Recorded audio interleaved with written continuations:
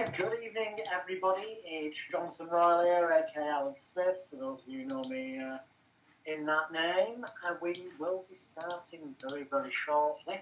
So can we just check first that people can actually hear me?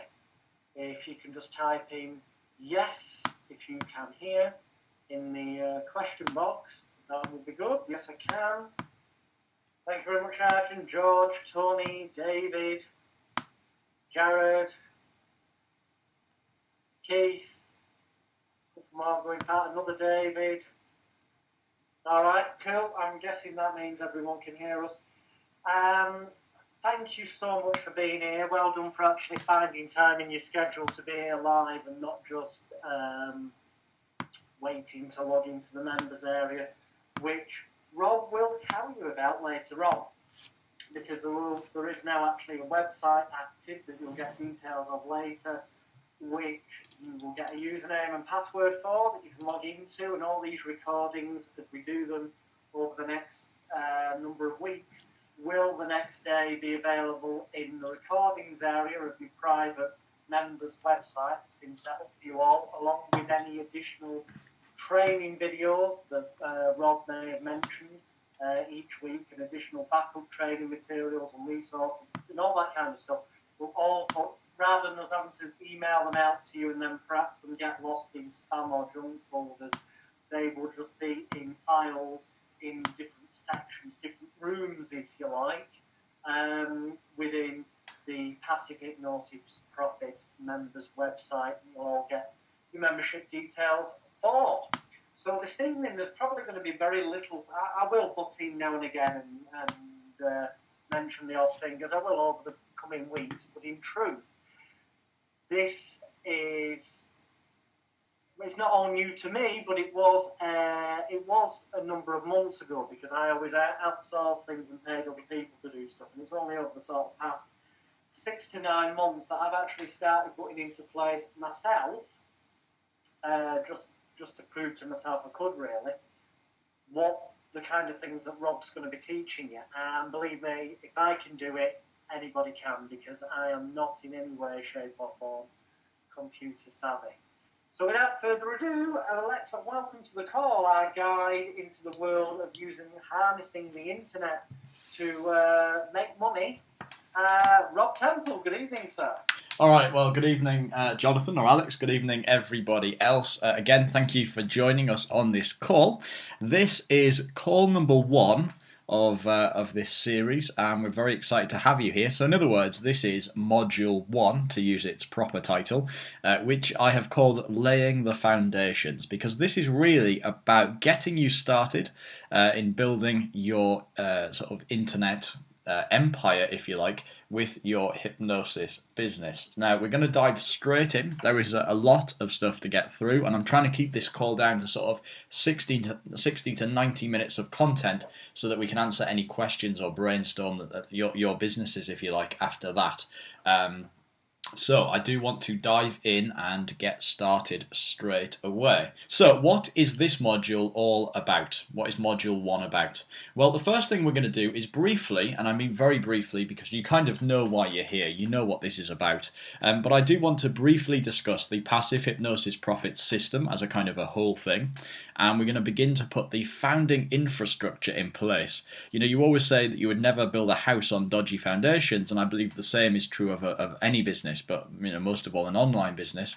So I'm going to show you how to put a very, very sturdy infrastructure in place to make sure that you can build a very solid business. We're going to talk about getting some website hosting, which we're actually giving you for free as part of this program. It's actually the exact same web hosting that we use. You could go out there and pay $100 for exactly the same package, but we're going to give you 12 months for free, which we've managed to negotiate with our web host. We're also going to talk about getting a domain name for your business, which you will need to buy, but it's only about $10. We're going to talk about choosing a niche, or if you're American, niche, for your product, or a theme, if you like. And we're also going to talk about branding or naming your first product, giving it some kind of creative edge over the competition. So, the passive hypnosis profit system, as I said, I kind of really briefly want to touch on what it is. And again, we kind of talked about it in detail on the webinar where you actually joined us in this program. But just to briefly recap the 5 steps of the system. The first thing you're going to do is to choose the niche or niche with which you would like to help people to change their lives. The second thing you're going to do is then to create a product around that particular niche. Then you're going to put that up for sale on the internet, make a sales page and an automated download system so that people can land on your website, they can read through the sales page, they can buy your thing, they can send you the money and then automatically get access to the product. We're going to drive traffic to the sales page and make money, and then finally you're going to rinse and repeat that with new products and new niches, and I'm going to show you all of that over the coming weeks. So this is all about using the power of, fortunately, very simple technology and the internet to leverage your skills as a hypnotist to help more people whilst creating a hands-off income stream for yourself. Now, it may all sound very complicated right now, but don't worry, we're going to be breaking everything down for you starting right here in this module. Now, just to finish off this kind of overview of the system, let me kind of sum it up like this. Right now, we live in the information age, and information products are one of the most valuable commodities on the planet. It's a multi-billion-dollar industry which can be set up in a very, very small, very, very easy way. The majority of people who actually start out online work entirely from home, from a spare bedroom in their house or from the corner of their bedroom, with no employees until they've made at least $1 million. I know that I did not employ anybody else to work for me until I turned over in excess of $1 million in sales on the internet.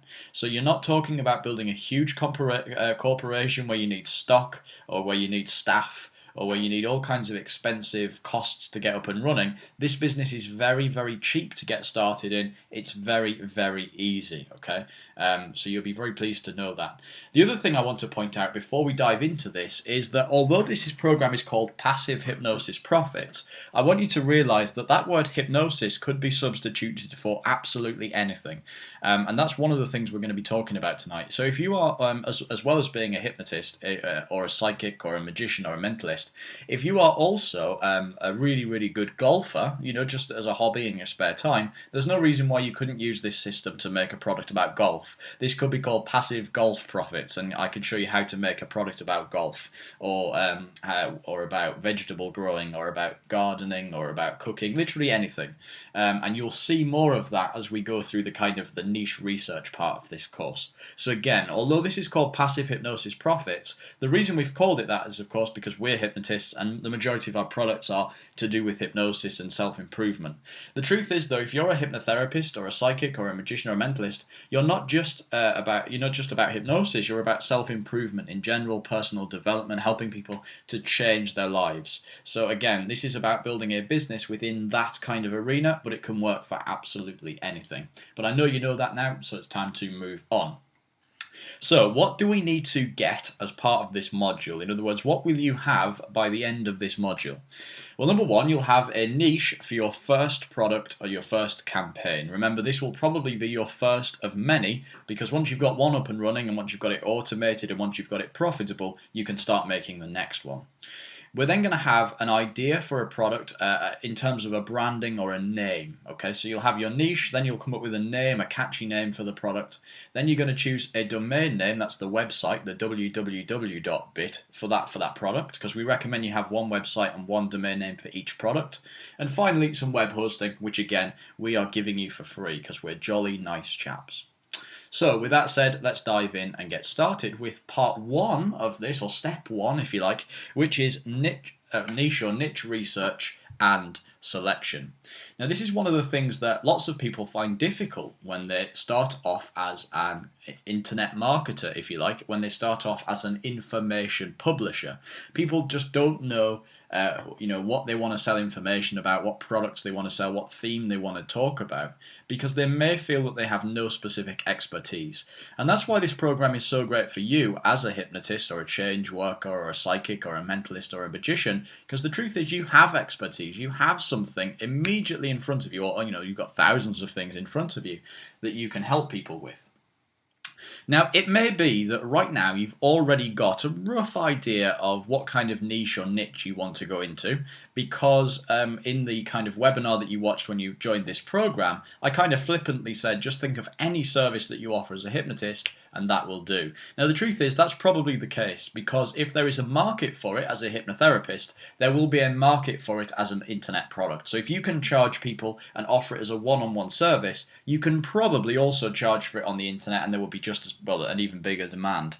But that said, I do strongly recommend that you go through this process of niche research and selection. In other words, just applying a little bit of effort to determine whether really you are thinking of the best possible niche. So right now, I'd like you to clear your mind entirely, listen carefully to the system that I want to teach you here, and I think you'll really respect kind of the small amount of effort that you'll need to put in to choosing the correct niche for the most profitable business. So niche selection is a skill that can make all of the difference between a huge success and a huge failure on the internet. Because if you choose a bad niche, one where there aren't people looking for the product, where people aren't buying the product, where people aren't interested in improving that aspect of their life, then it doesn't matter how hard you work on that, you'll always get bad results. On the flip side, of course, if you choose a great niche and just put even the smallest amount of work into it, then you'll always get great results. So you're always better just to put a small amount of work into a good niche than lots of work into a bad niche. But ideally, of course, you should put lots of work into building a business in lots of great niches. So once you've done this once with one good niche, you can do it again and again and again and again and again, and just keep going and just keep growing your business. Now, personally, I've had good projects, I've had bad projects. Before I kind of learned and developed the system I'm about to teach you, I have worked in both good niches and bad niches. I've wasted a heck of a lot of time, effort, and money, to be honest, in the process. And eventually, I got it into my head. I thought, actually, I need to put a little bit more thought into the niches that I'm working with, and that's how this system came about. So I really learned the importance of choosing a good niche before you actually get started. And as I said, it's definitely worth putting in a little bit of research before you get started with any kind of money-making system. So in this training webinar, I'm going to show you the exact process that I've developed to research and select great profitable niches almost every single time. Because as I said, this is one of the main things that stops newbie marketers from actually getting started. They just don't know what kind of information they're going to sell. And that's what this system will help you to very rapidly overcome. So first, what is a niche? What are we talking about when we say a niche or a niche? Well, a niche is a specific topic, subject, or theme which is of interest to a particular group of people within a market. Now, Wikipedia describes it as a focused, targetable portion or subset of a market. Now, that's a little bit too fancy for me, so let's break it down. We're talking about things like smoking cessation, weight loss, phobias, stress, depression, pain control, relaxation, etc., etc. These are all examples of different niches. Now, there are literally thousands upon thousands of different niches you can choose from. Most of those will even then have dozens or even hundreds of sub-niches, which are like smaller topics within the overall thing. So, for example, all of the niches I just named, smoking, weight loss, phobias, stress, depression, pain control, etc., they could all be considered sub-niches of the personal development or self-improvement niche, or they could be niches by themselves, the smoking niche, the weight loss niche, the phobias niche. Different people define it in different ways, so I just wanted to make that clear. You will hear people talking about the personal development or the self-improvement niche, but really that's just an umbrella name for all of these smaller things. But you don't need to worry about the definitions, it just comes down to your own personal opinion and how you want to consider things. So what makes a great niche for us to build a business? There are a number of kind of things or criteria that we look for. Number one is size. Now, to quote the cliche, in this case, size genuinely doesn't matter. In terms of, it doesn't need to be the biggest niche in the world. Just because there are millions of people looking for one particular thing, that doesn't necessarily mean that it's going to make you a stack of money. There are some niches which are actually quite small. There aren't that many people involved in them, but there are enough people to make a sizable income. To put this in some perspective outside of the hypnosis world, if you have a business selling jumbo jets, then you might only need to have 1,000 people looking in your niche. But if you're selling paper clips, you might need to have 100,000, because obviously the pricing is different. So there's a lot of different things come into play with that, but you don't need to worry too much. Size is important in terms of you need to have enough people to make an income, but it doesn't have to be the biggest niche in the world. The second thing it needs to be is it needs to be a buyer's niche. In other words, you need to make sure that people who are in this marketplace have some commercial intent. In other words, are they only looking for free stuff, or would they actually consider buying from you? Because obviously there are lots of people out there in the internet who use the internet just to get free information. And in fairness, there's virtually nothing you can't learn for free on the internet if you look hard enough. But some people would prefer to save the time and just spend money. Some people would rather just go out there and instead of looking everything up for themselves, they'd rather just spend money on it. The third thing is it needs to be accessible. So you need to think about how easy it's going to be for you to reach out and grab your target market. So do they have forums where they hang out and discuss things? Are there affiliates who can drive traffic for you? Can you find people who have blogs, or is there interest in that niche on the internet? Is there some kind of social buzz going around there on the internet? So you need to be able to actually reach and get your target prospects to your websites. The fourth thing is products. So you need to think about, is there a lot of scope for the different products that you can ultimately sell? Now, they might be your products, they could be other people's products you're going to sell as an affiliate. So you'll want to make sure that there are products already out there in the marketplace, because the truth is, if there is a profitable, if a niche is profitable, someone else will have beaten you to it. There will be already somebody else in that marketplace. And speaking of somebody else in that marketplace, we also want to look for competition. When it comes to information publishing and internet marketing, you shouldn't be afraid of competition, because when you're choosing a niche, competition is pretty much a good thing. It's not like, for example, a car market. If you look at cars, people pretty much tend to buy a car at a time. Some people, or maybe two cars between a husband and wife or whatever. But typically speaking, you don't find people who go out there and buy 10 cars at once. So cars are kind of competing against each other, and competition there wouldn't be a great thing, because you really then have to work hard to stand out. Whereas on the internet, the truth is that with information publishing, the products that people are buying, the products we're selling, are helping people make a real difference to their lives. So the truth is that we should never, as humans, we should never stop looking to evolve and learn from people.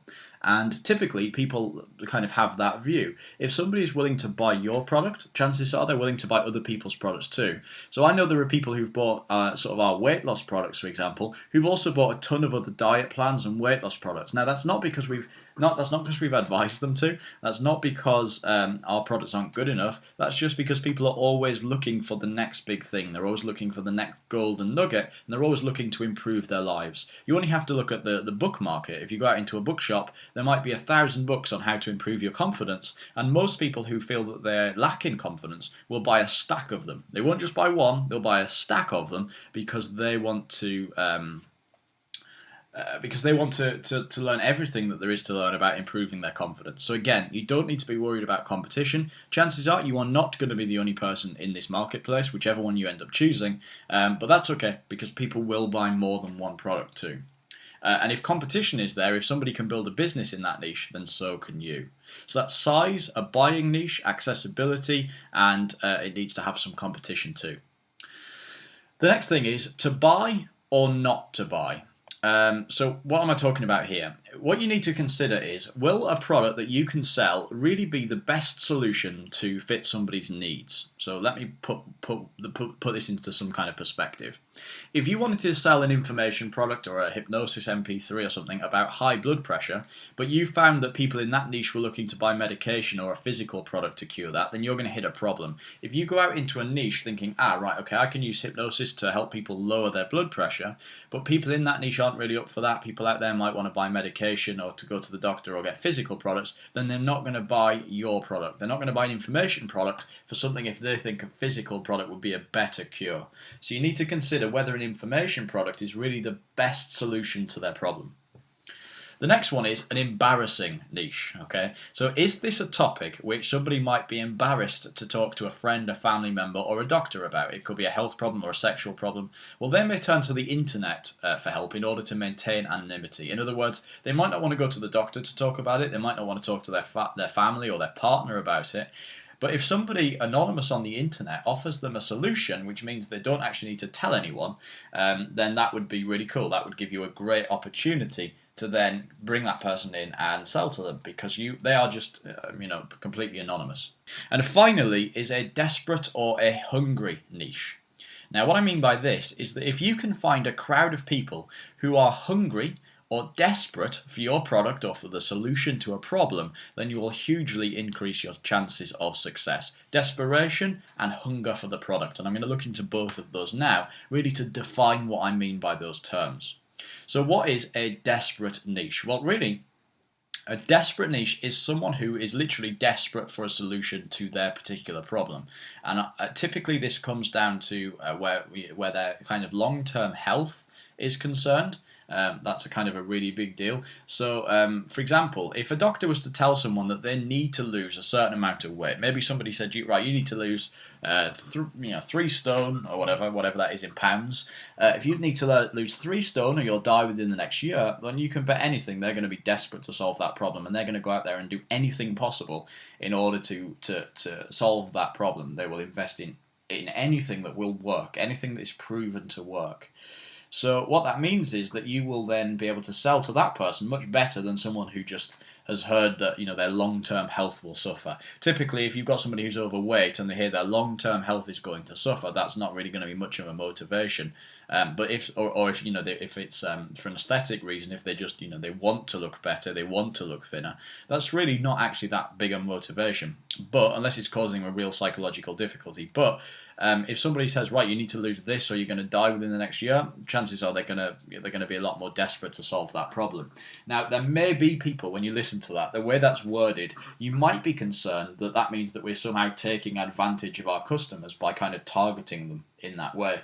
The truth is exactly the opposite is true. Provided the product that you sell or the information you sell in exchange for their money will actually give them the outcome and solution they desire, we're actually helping them out of a bad situation. We're not taking advantage. So we are, we're taking advantage, I suppose, of their situation, but not of them. So we're helping them out of a bad situation, we are giving them. So if we didn't provide that information and they couldn't get that help elsewhere, they would lose their health, even their life, their relationship, or whatever other desperate niche you can think of. But of course that doesn't mean you can sell garbage information. That would be scamming people, that would be conning people. It means you can't sell rubbish. Your product has to be good. It has to help people solve their problem. It just means that you have a slightly more targeted crowd who are going to be interested in buying your stuff. So that's a desperate, that's what we mean when we say a desperate niche. The other one is a hungry niche. Now, basically, this includes topics which people aren't particularly desperate about. So it's not life-saving or life-changing. They're not in any serious pain or trouble, but they're really genuinely desperate about, or passionate, about finding a solution or by mastering their hobbies or their interests. Now, the best example I can think of for this is golf. See, most golfers, I know nothing about golf, but the one thing I do know is that most golfers are very keen to improve their skills on the golf course. They typically are quite affluent, they typically have quite a lot of money, and whether that is to, master their golf swing, maybe they want to improve their handicap, whatever the hell that means, or they want to get their first hole in one, they aren't particularly desperate, usually, but they are passionate. That's a real passion for them. Now, sports and hobbies are the most hungry niches because people will typically spend great sums of money on getting the best equipment, the best training, the best advice. So they are really, really good niches. And the truth is, you could make a hypnotherapy product about helping people to improve their golf swing. They exist. Imagine you can see yourself out there on the golf course. You can feel the golf club in your hand. You can imagine giving somebody a hypnotherapy MP3 that would help them to improve their aim, improve their focus on the golf course, that kind of thing. So again, that would be a really, really good niche because we know that golfers are keen to improve their skills on the golf course. So that's a hungry niche. So those are the things you want to look at. And again, you'll be able to go through the recording of this when you're actually doing this process. But those are the main 8 or 9 kind of criteria you want to look for when you're looking for a profitable niche on the internet. So when you go through the niche selection process, you want to look for those different categories. You want to look for hungry or desperate niches because it means that people will be eagerly anticipating and waiting for your help and they'll be ready to buy. one of the things that you can really do is if you go to Google and you start to type in the search bar. You know, sometimes Google's got this Google Predict thing where you type in something and it will begin to guess what you're going to search for, and it will give you a load of ideas. Well, Google are actually giving us a fantastic research tool right there.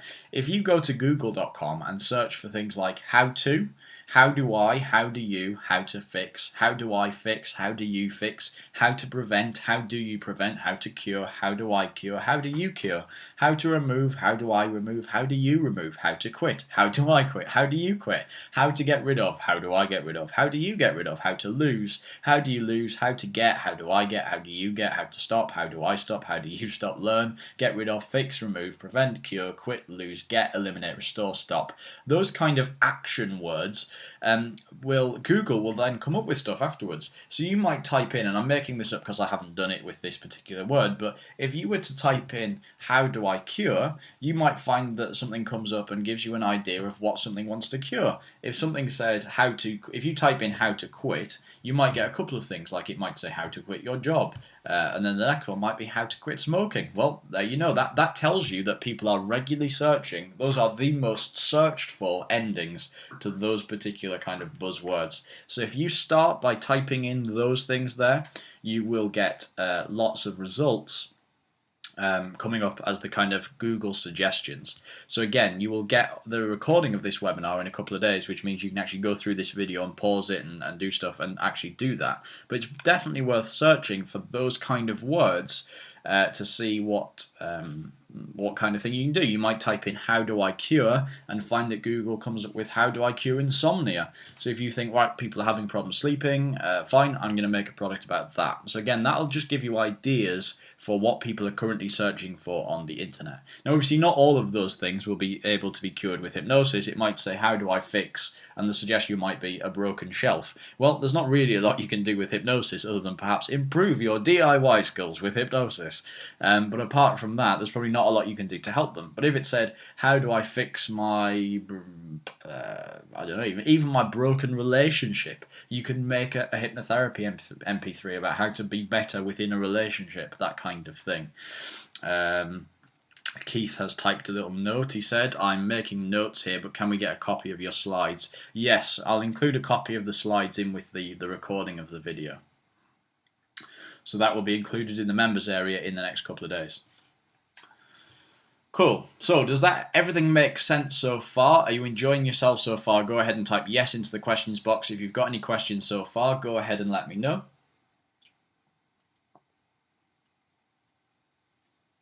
Okay, cool. Everybody's understanding what we're saying so far. Good stuff. Let's move on then. So let me actually break down my exact niche location process. That should be trademarked. My niche location process. It has 3 steps. I just noticed, I haven't noticed this before, but niche location process, the initials is NLP. So it is. I hadn't noticed that, but well done. Keith just noticed it as well. NLP. There we go. My niche location process. I can't trademark NLP, damn it. Right, my niche location process. Never mind. It's got 3 steps. Step 1 is the idea generation. This is literally a fun bit. You just think of as many possible niches that you possibly can, and that means you can then narrow those down to the best ones. Step 2 is the viability assessment. This is where we're going to work out the size of the niche. We're going to look at whether the people are hungry, passionate, or desperate for a solution. And then we're going to look to see if there are buyers within that niche, people actually spending money. And step 3 is the profitability assessment, which is where you're going to find out if you can actually make money in this niche. So before I set up in any niche on the internet, I always go through this niche location process. Idea generation, viability assessment, and profitability assessment. I'm going to break each of those down just now, and you should carry out each of those steps for any niche ideas you've got, and then make notes about each one as you go through, and this will help you towards your final decision. So this is what you are going to do over the next few days between now and the next webinar, which is on Sunday, and you'll be able to work out a good niche for your business. Here is the plan. So step one, as I mentioned, is idea generation. And I recommend that you get a pen and a paper for this. Computers are brilliant, but sometimes they can be limiting or distracting. It's really easy to be sat with a Word document doing some quote-unquote work, and suddenly somebody pops up on Facebook and you end up deep in conversation and work gets postponed. So I recommend turning your computer off, wandering away, getting a piece of paper and a pen. We need total creative freedom. Not that I want to sound like a lovey or anything, but we do. Now, we're going to use a number of different strategies in order to generate a large list of potential niches that you could enter. So the first thing I want you to do is to be completely selfish, and I want you to think entirely about yourself, about your interests, and about your hobbies, things that you do, things that you enjoy, things that you're passionate or potentially desperate about yourself. Now, this means that you need to kind of briefly assess your expertise. You need to think about the areas of life in which you are knowledgeable, and you might be surprised by how many niches this by itself will bring to light. There are probably things that you know that are valuable to other people that you probably wouldn't think about ordinarily. So I want you to think about the things that you are genuinely interested in. So if you're interested in, to go back to my other example, if you're interested in golf and you would really like to improve your ability on the golf course, then definitely that would be a great potential niche for you, because there will be other people who are just like you, except not hypnotists, who will want to improve their golf swing, and you could record the MP3 that would help them to do it. So again, there's a great idea for a niche. And where would that have come from? Well, that would have come from the fact that you like golf. Now, I understand not all of you will like golf, but some of you will. Some of you will like other things. Some of you might like fishing. Can you improve fishing with hypnosis? Probably. You can improve some aspect of what you do. You could go ahead and do that. So that's cool. You then need to think about the things which you enjoy working with your clients on. So are you particularly fond of weight loss sessions? Are you a particular fan? My personal favourite thing, if somebody was to ring me and say I want to book a hypnotherapy session, the number one thing I enjoy working with most is phobias. I'm really genuinely interested in it. If I wasn't a hypnotist, I'd still be interested in finding out what causes phobias, etc. Really genuinely passionate about it. I've got shelves full of books on phobias, really genuinely interested in it. That would be a big deal for me. Maybe you like working with insomniacs. Maybe you like working with people who've got sexual problems, like, they can't perform for whatever reason. Maybe you like working with people who are depressed, stressed.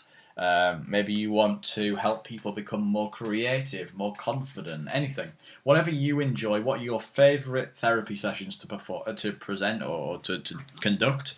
If you are not currently working as a full-time professional, if you're kind of new to hypnotherapy, think about the things you think you'd enjoy working on. So if you've looked through different scripts for hypnotherapy sessions, think about the things that appeal to you the most. And you want to write all of this down. Write down all of the different hypnotic sessions or services which you offer to your clients. Make particular note of your favourite ones, which will probably be the ones you will list first. If I told you now to get a pen and paper and list everything that you offer as a hypnotherapist, I can guarantee the top 20 would be your favourites and the most common ones that you do.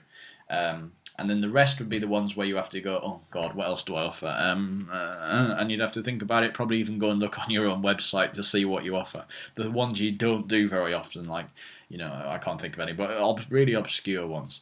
So write down everything you enjoy in life, whether it's hypnosis related or not, everything you enjoy in life, everything you're good at, everything you know about. And then write down all of the things that you really enjoy working with your clients on. So anything that you really enjoy doing a therapy session about. Now, I recommend that you spend kind of 10-20 minutes minimum doing this. Half an hour if it takes it, 45 minutes, even if it's a case of you sit down with a cup of tea or a cup of coffee, piece of paper, write down a load of stuff, go away, watch telly for 10 minutes while you think of some more, come back and add some more. The thing about this is you're not trying to do any analysis at all. You're literally just brain vomiting everything you can think of onto the paper. If you think of something, write it down. Don't do any analytical thinking. Don't try and work out if you think there'll be good niches or not. Just write down everything.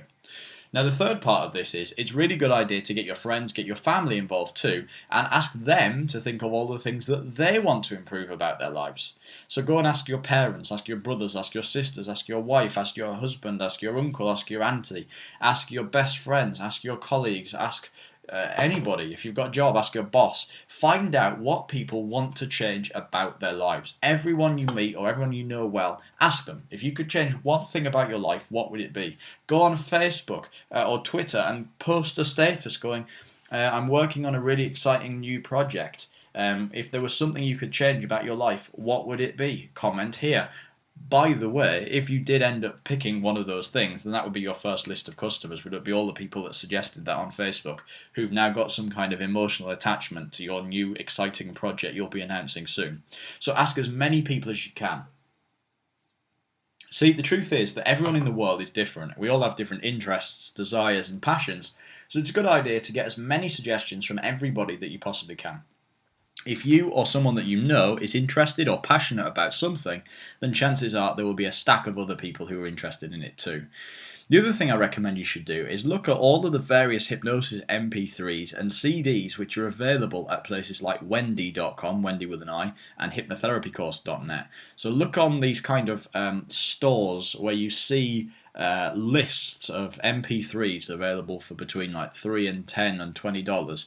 All of the things like stopping smoking, weight loss. Look at Paul McKenna's range of CDs. Anybody that has their own range of hypnotherapy CDs, look at those and add those into the list if you've missed any. I don't think you will have done because they're typically the most obvious ones. But if you go to places like Wendy.com or hypnotherapycourse.net, there are hundreds of the damn things on things you would never probably even dreamed of if you don't have them already. So go and look now, on. Obviously, it shouldn't need saying, but I'll state the obvious anyway. If for some reason you don't want to release a hypnosis product, then obviously seek out with Google websites that are already selling, whether it be audios, videos, or ebooks, on the subject matter you do want to release a product in the area of, so you can get an idea what other people are already creating, selling, and what people are buying. Yeah. When you start working yours. Exactly. So if you're interested in releasing a product on bodybuilding or gardening or vegetarian cooking or anything, just go out there, look on Google, find the products that are already selling kind of on that kind of topic. So, with that said, that will give you a huge list of potential ideas. You know, we're talking potentially dozens or hundreds of things. On top of that, though, here are some other sources of inspiration. And again, this will work for anything, not just hypnosis products. There's a website called magazines.com where it'll list all of the top popular magazines. Let me tell you, if there is a magazine selling on something, that is a hot, profitable niche. Straight away. It's very expensive and very time consuming, very work intensive to set up a magazine and make it profitable. So if a magazine's been going for years, then that's a niche right there. There's a website called Google Hot Trends. If you just go to Google, search Hot Trends, it will list all of the things that people are searching for on Google that particular week or month. A website called trendwatching.com. Again, it's all about what people are searching for. Trendhunter.com. Yahoo Buzz is a bit like Google Hot Trends. It's just what people are searching Yahoo for. Look on Amazon.com. Look at the books that are selling through Amazon.com. The ClickBank.com marketplace. We're going to talk more intensively about that in a little while. Alexa.com. This is the kind of the most trusted website on the internet for listing how popular websites are. You will literally be able to, if you wanted to know what is the 3,000th most visited website on the internet, you can find that out. If you already have a website, go to alexa.com just for your own amusement, put in your website URL, and it will tell you how ranked it is out of every website on the internet. So out of the millions of websites on the internet, you will find out literally what number yours is ranked, and Alexa is the most trusted website for that. And finally, the Wikipedia list of hobbies. Again, if you just Google, it's got a stupid URL. So if you just Google Wikipedia list of hobbies, it will list all of the hobbies and interests that Wikipedia consider important or worth knowing about. So again, that's another great set of places to look for niche ideas. And remember, all we're doing right now is dumping ideas onto a page and nothing more. We're going to then assess the viability of those in a minute. So you will now have, hopefully, dozens, maybe even hundreds, of different ideas and different niches. Now, one thing I would say is this will come in useful in the future, because even though right now you're only going to work with one of those, you will look for other products in the future. So once you've got this, you only ever have to make this list once. Once you've got this list, you can come back to it again and again and again and again and again. So that's really cool. So, quite frankly, the list of possibilities are endless. All you've got to do is look around the internet, look around your life, see what other people are doing, what people are talking about, what people are interested in. Again, the aim here is purely to collect a huge list of potential ideas, concepts, and themes, not necessarily all of which will be great niches. Don't filter them, just write everything down. So, as I mentioned, by now you could have a list of dozens or hundreds of niches, anything that caught your eye as you were looking through those sites, talking to your family and friends. And now it means you have lots to work with, but you have the fun task of slicing it all down until you have a list of just 10 or 20 ideas. So this is where you need to kind of switch your vague interest filter on. This is where you need to go through with no real idea, be ruthless, and cross out, or well, rather than crossing out, just count out all of the different ideas that you literally can't stand. The stuff you look back at and think, Jesus, why on earth did I write that down? And cross it out, or just put a circle around it so you know you're not going to work with it. The things you can't imagine yourself working with, or the things you think are just too small. Now, this may sound illogical. You may think, well, why did I write dozens of things or hundreds of things if I'm now going to just randomly chop them down to 10 or 20? The reason for that is that I wanted you to have the biggest possible pool of ideas so that you would have more scope for finding a good one. So it may be that idea 228 is going to be the niche you're going to go for, but if I told you just to write 10 or 20, you would write the 10 or 20 most obvious things that come into your mind. You would just happily settle for the 20 things that you thought of first. And you would have missed out on the other potentially 100, 180, 280 ideas that you've come up with when you had to think about it.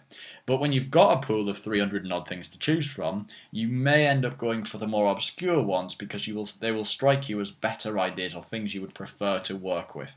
So again, you're much better to start with a huge pool of things and then work them down to 10 or 20 that you can then put through step 2 and step 3 of this process. Hopefully that makes some kind of sense. So literally just go through, be ruthless, and get rid of all the ideas that you absolutely can't stand, the niches that you can't imagine yourself working with, or you think there's just not enough interest in them. So just if they really sound, I can't think of any examples, but if they really sound like it's just too small a niche, just cross them out, leave them. And move on. So what you're going to do then is you will whittle your list of dozens or hundreds of different ideas down to 10 or 20 of your favourites, your personal preferences, based on what we've talked about so far. Which ones do you think are desperate or hungry niches? Which one do you know there's competition in? When you look out there on the internet, which one do you see other competing sites selling? That kind of thing. So as I said, we're then going to qualify those 10 or 20 niches and shave them down even further in step 2 or 3 of this process. So you really don't need to be scientific. Go with your own interests, your own tastes, and a hunch as you go through them and cross them out.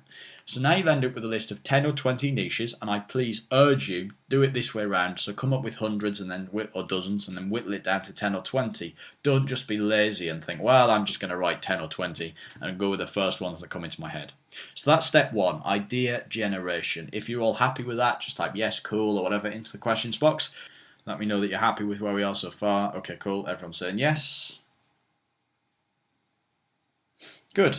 Okay, so once you have done step 1, which is the idea generation phase, you're then going to move on to step 2, which is the viability assessment. So this is where we're going to look at things and actually work out whether we think they are viable potential niches. Okay? So once you have your list of 10 or 20, we can begin to weed out the ones which might sound alright, but they don't really have the potential to build a huge business. And with that in mind, there are a few criteria that we should be looking for with each of your 10 or 20 niches when you're looking at the viability of them. Now, fortunately, there are some very simple tests that you can carry out in order to determine how viable each of your niches are. So you'll need to run each of the following little tests on your 10 to 20 niches to find out what will work and what probably won't. So let's look at what these tests are, what the criteria for a viable niche is. And again, you want to look at each of your 10 and 20 niches one by one when you run out these tests. And if one doesn't quite cut the mustard, if one doesn't make the grade, get rid of it. Okay. So criteria number 1, you want to have lots of monthly searches. So you need to determine how many people are searching for your niches each month on Google, Yahoo and other search engines. Now we're going to use Google as our kind of measuring stick as it is the most popular search engine, or one of them anyway. I'll get shot if I say it's the most popular. It's one of the most popular search engines, and all of the others will pretty much follow suit. If Google says so, the rest of them will pretty much agree. Now, there is no set number of searches that you should be looking for to make it a good niche. And just to kind of clarify, we're talking about the number of people who search for this kind of information each month. So how many people type quit smoking? How many people type lose weight? How many people type overcome a phobia? How many people type cure acne? How many people type this into Google or other search engines every month? Now, there are people out there, or there are marketing coaches and so-called experts who will tell you, oh, well, you need to have at least 5,000 searches a month in order to make a good niche, but that is utter rubbish. If anybody tells you there is a set number you should be looking for, if anyone tells you there is a rule of thumb for choosing a good niche, completely ignore them. Again, to go back to my other example, if you're selling jets, then you might only need 1,000 searches because the product is millions of dollars. If you're selling paper clips, you might need 10,000 searches because you're selling, things for pennies or cents. So again, it is entirely niche dependent. If you're selling a product that tells somebody how to do something and you can charge them a lot of money for that product, then you won't need as many searches. But if you're selling something where you plan to ship them, stack them high, sell them cheap, and you want to sell 1 billion of them a month, then you're going to need a crap load more searches. So again, there's no set number of searches, you just need a comfortable number. Now, the other thing is that the more targeted your niche or your sub-niche is, the lower you will expect your number of searches to be, but the higher your conversion rate will be. Now, that'll sound complicated, so let me break that down. Let's imagine that instead of just going into the weight loss niche, for example, you want to specifically make a product about weight loss for the over 50s. Okay, now this is a really cool marketing tactic. If you wanted to, let's imagine you were, say, 56 and you had lost 4 stone or 10 stone or whatever, and you wanted to make a product aimed directly at the over 50s. In other words, it was a weight loss product that relied not on exercise that over 50s might not want to do, but it was a weight loss program that relied on something more, easier for over 50s to do. So it was specifically aimed at over 50s. Equally, you could make a weight loss product for under 50s. You could make a weight loss product for lazy people. That could be your kind of marketing thing. You could make a weight loss product for dog owners. You could make a weight loss product for women, a weight loss product for men, a weight loss product for teachers. You can narrow it down that much. Now, when you do that, you are cutting out a certain percentage of your market. In other words, in this case, the under 50s. If you make a weight loss product for women, then that's cutting out the men. If you make one for men, that's cutting out the women. So you are going to get fewer people searching for that product. So there will be fewer people searching for weight loss for women than are searching for weight loss. But your conversion rates will be higher. They are more likely to buy your product than a generic weight loss product. It is absolutely that cut and dry. If a woman sees a product called Weight Loss for Women, which has the same amount of marketing and the same quality of marketing as a product which is just generically weight loss, they will buy the Weight Loss for Women product more than they will the weight loss product. So, although you will be cutting out a certain percentage of your market and fewer people will be searching for your product, more people of those people will buy it. A higher percentage of them will buy it. So again, the more targeted your product is, the more targeted and the more you drill down into a niche, like you could say, weight loss for women over 50. So you're drilling down twice. Again, there'll be fewer people searching it because only women over 50 will be looking for that product, but more of them will buy it, honestly. So again, you genuinely can't judge how many searches you should be looking for because it's entirely dependent on what you're selling. Now, there are a lot of software packages out there, there's a lot of tools out there which you can use to find out how many people are searching for things each month, but there's only one that I've ever used. I've used others, but it's the only one I regularly use, and it's completely free. It's called the Google AdWords Keyword Tool. Now, it's designed for people who are paying for Google's AdWords services. That's the kind of pay-per-click thing that you can get on Google. But it's free to use. You don't need an account. You can just go to the website, use it, and they don't stop anyone from using it. It's very accurate. It does tend to underestimate things. So if it says there's 1,000 searches, there could be 3,000 searches. But I'd rather that it was conservative than it exaggerated. So what I'm going to do, just for a second, I'm not going to go into full detail on this here because I've made a simple training video for you on it, but I just want to show you what I'm talking about. I'm just going to close the slides for a second. This is what the Google AdWords keyword tool looks like. Basically, there's a couple of things you would do. There's a thing up here which says word or phrase. So this is where you're going to type what you would be searching for. So I might type in here, for example, how to... In fact, no, I would just type the basic root keyword. Quit smoking, or weight loss, or cure phobia, or cure depression, or whatever you personally think people are probably searching for. So imagine if you smoke and you wanted to quit smoking, what would you type into Google? Chances are it would probably be quit smoking. You might type a longer keyword like how do I quit smoking? How do you quit smoking? How to quit smoking? But you'll find out that doesn't matter. If you just type quit smoking, this will work. Once you've done that, you can then choose, there's a few options you can do. I've run through these in the training video. For example, you can choose all countries, or you could just search the United States, or you could just search the United Kingdom. For now, I'm going to choose all countries. And then once I've done that, I'm going to click global monthly searches. I'm going to type in this captcha code down here, which is DISCO. And slum. There we go. I'm going to type that in there. Click search. Oh, no, it wasn't. Hang on a minute. I must have got that wrong. Let's try again. HEIONAV, and what looks like 3 dots, but it probably isn't. I apologise for this, folks. This is Google's... Oh, there we go. I've got it. So this has now done a search for me. I'm going to scroll down. You can see that worldwide, the keyword quit smoking, which is what I typed, gets 823,000 searches a month. 823,000 searches a month. So that's like over 750,000 people a month searching for quit smoking. Likewise, if you scroll down, you can see people. Quit smoking timeline has 27, whatever a quit smoking timeline is, that's got 27,000 searches. Quit smoking products has 6,000. How to quit smoking has the same number as quit smoking. How to quit smoking cigarettes has 201,000. Ways to quit smoking. So what Google keyword tool has done is to not only tell me what I searched for, it's not only given me how many searches there are for that, but it's also suggested 100 other ideas that other people are searching for and told me what they do too. Now, I would pretty much gather that if 750,000 people are searching for something every month, it's probably got enough searches.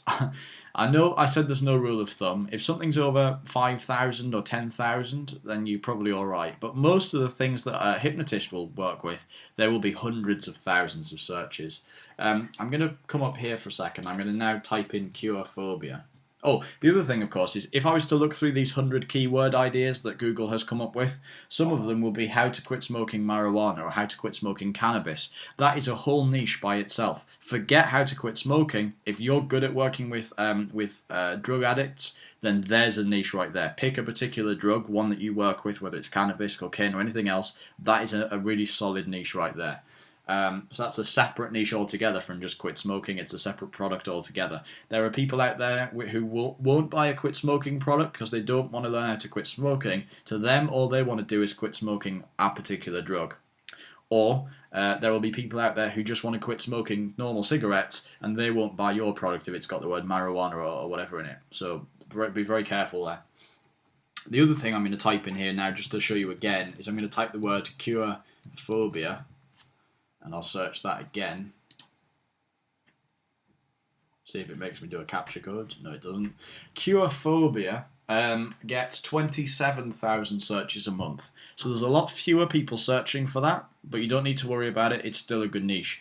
The other thing that's worth noting here is that Google will tell you roughly what the competition on that keyword is as well. So with quit smoking, it had either medium or high competition, I forget now. But cure phobia, it has fewer searches, but the competition is also lower too. So you're fighting over less traffic, but there are fewer people fighting over it too in relation to the number of people searching. So the percentage of competition is lower for cure phobia than for quit smoking. But you'll see there are then curing phobias, phobia treatment, how to cure a phobia, cures for phobias, cure for phobia, phobia, cure a phobia, anxiety treatment, panic attack. Now I would say panic attacks were a different niche altogether from phobias, although it may have a similar kind of thing, a similar psychological effect, a similar treatment. It's a different niche altogether. Most people who have panic attacks or anxiety attacks will not go out looking for phobias. So, it's just Google's coming up with this because it's the sort of thing people search for that's related to it. When you buy something from Amazon and it said people who bought this also bought this, this is what Google's doing here. People who search for phobias also search for anxiety, or people who search for anxiety got the results of people looking for phobias, that kind of thing. So again, Google AdWords Keyword Tool is a really good way to see competition. Again, I just wanted to briefly touch on it on this webinar. It's very difficult for me to show you things on the webinar because there's a bit of a time lag. So what I've done is I've recorded a short video, it's just a few minutes long, showing you exactly how I use the Google Keywords tool. And I'm going to put that in the members area along with the recording of this webinar. So when you get the recording of this webinar, you will also get the audio from this webinar. You will get the slides from the webinar, the actual webinar slides, and you will also get the video where I'll show you exactly how I use Google Keywords tool to find out how many people are searching. I'll show you all the different options, all the different buttons, all the different settings, and all that kind of stuff. Okay, so that's cool. So, criteria 1, you want to have lots of people searching for it every month. How many? I've no idea, nobody does. You just want to make sure that it doesn't say 0. If it says 0 and tells you that nobody's searching for it, it's not of interest. Move on, forget it, cross it out. If there's 5,000 or 10,000 or more, that's probably okay. So if it has 0, cross it out. So you want to go through each of your 10 and 20 niches, search them in the Google AdWords tool, see how many people are searching for those things. That's criteria number 1.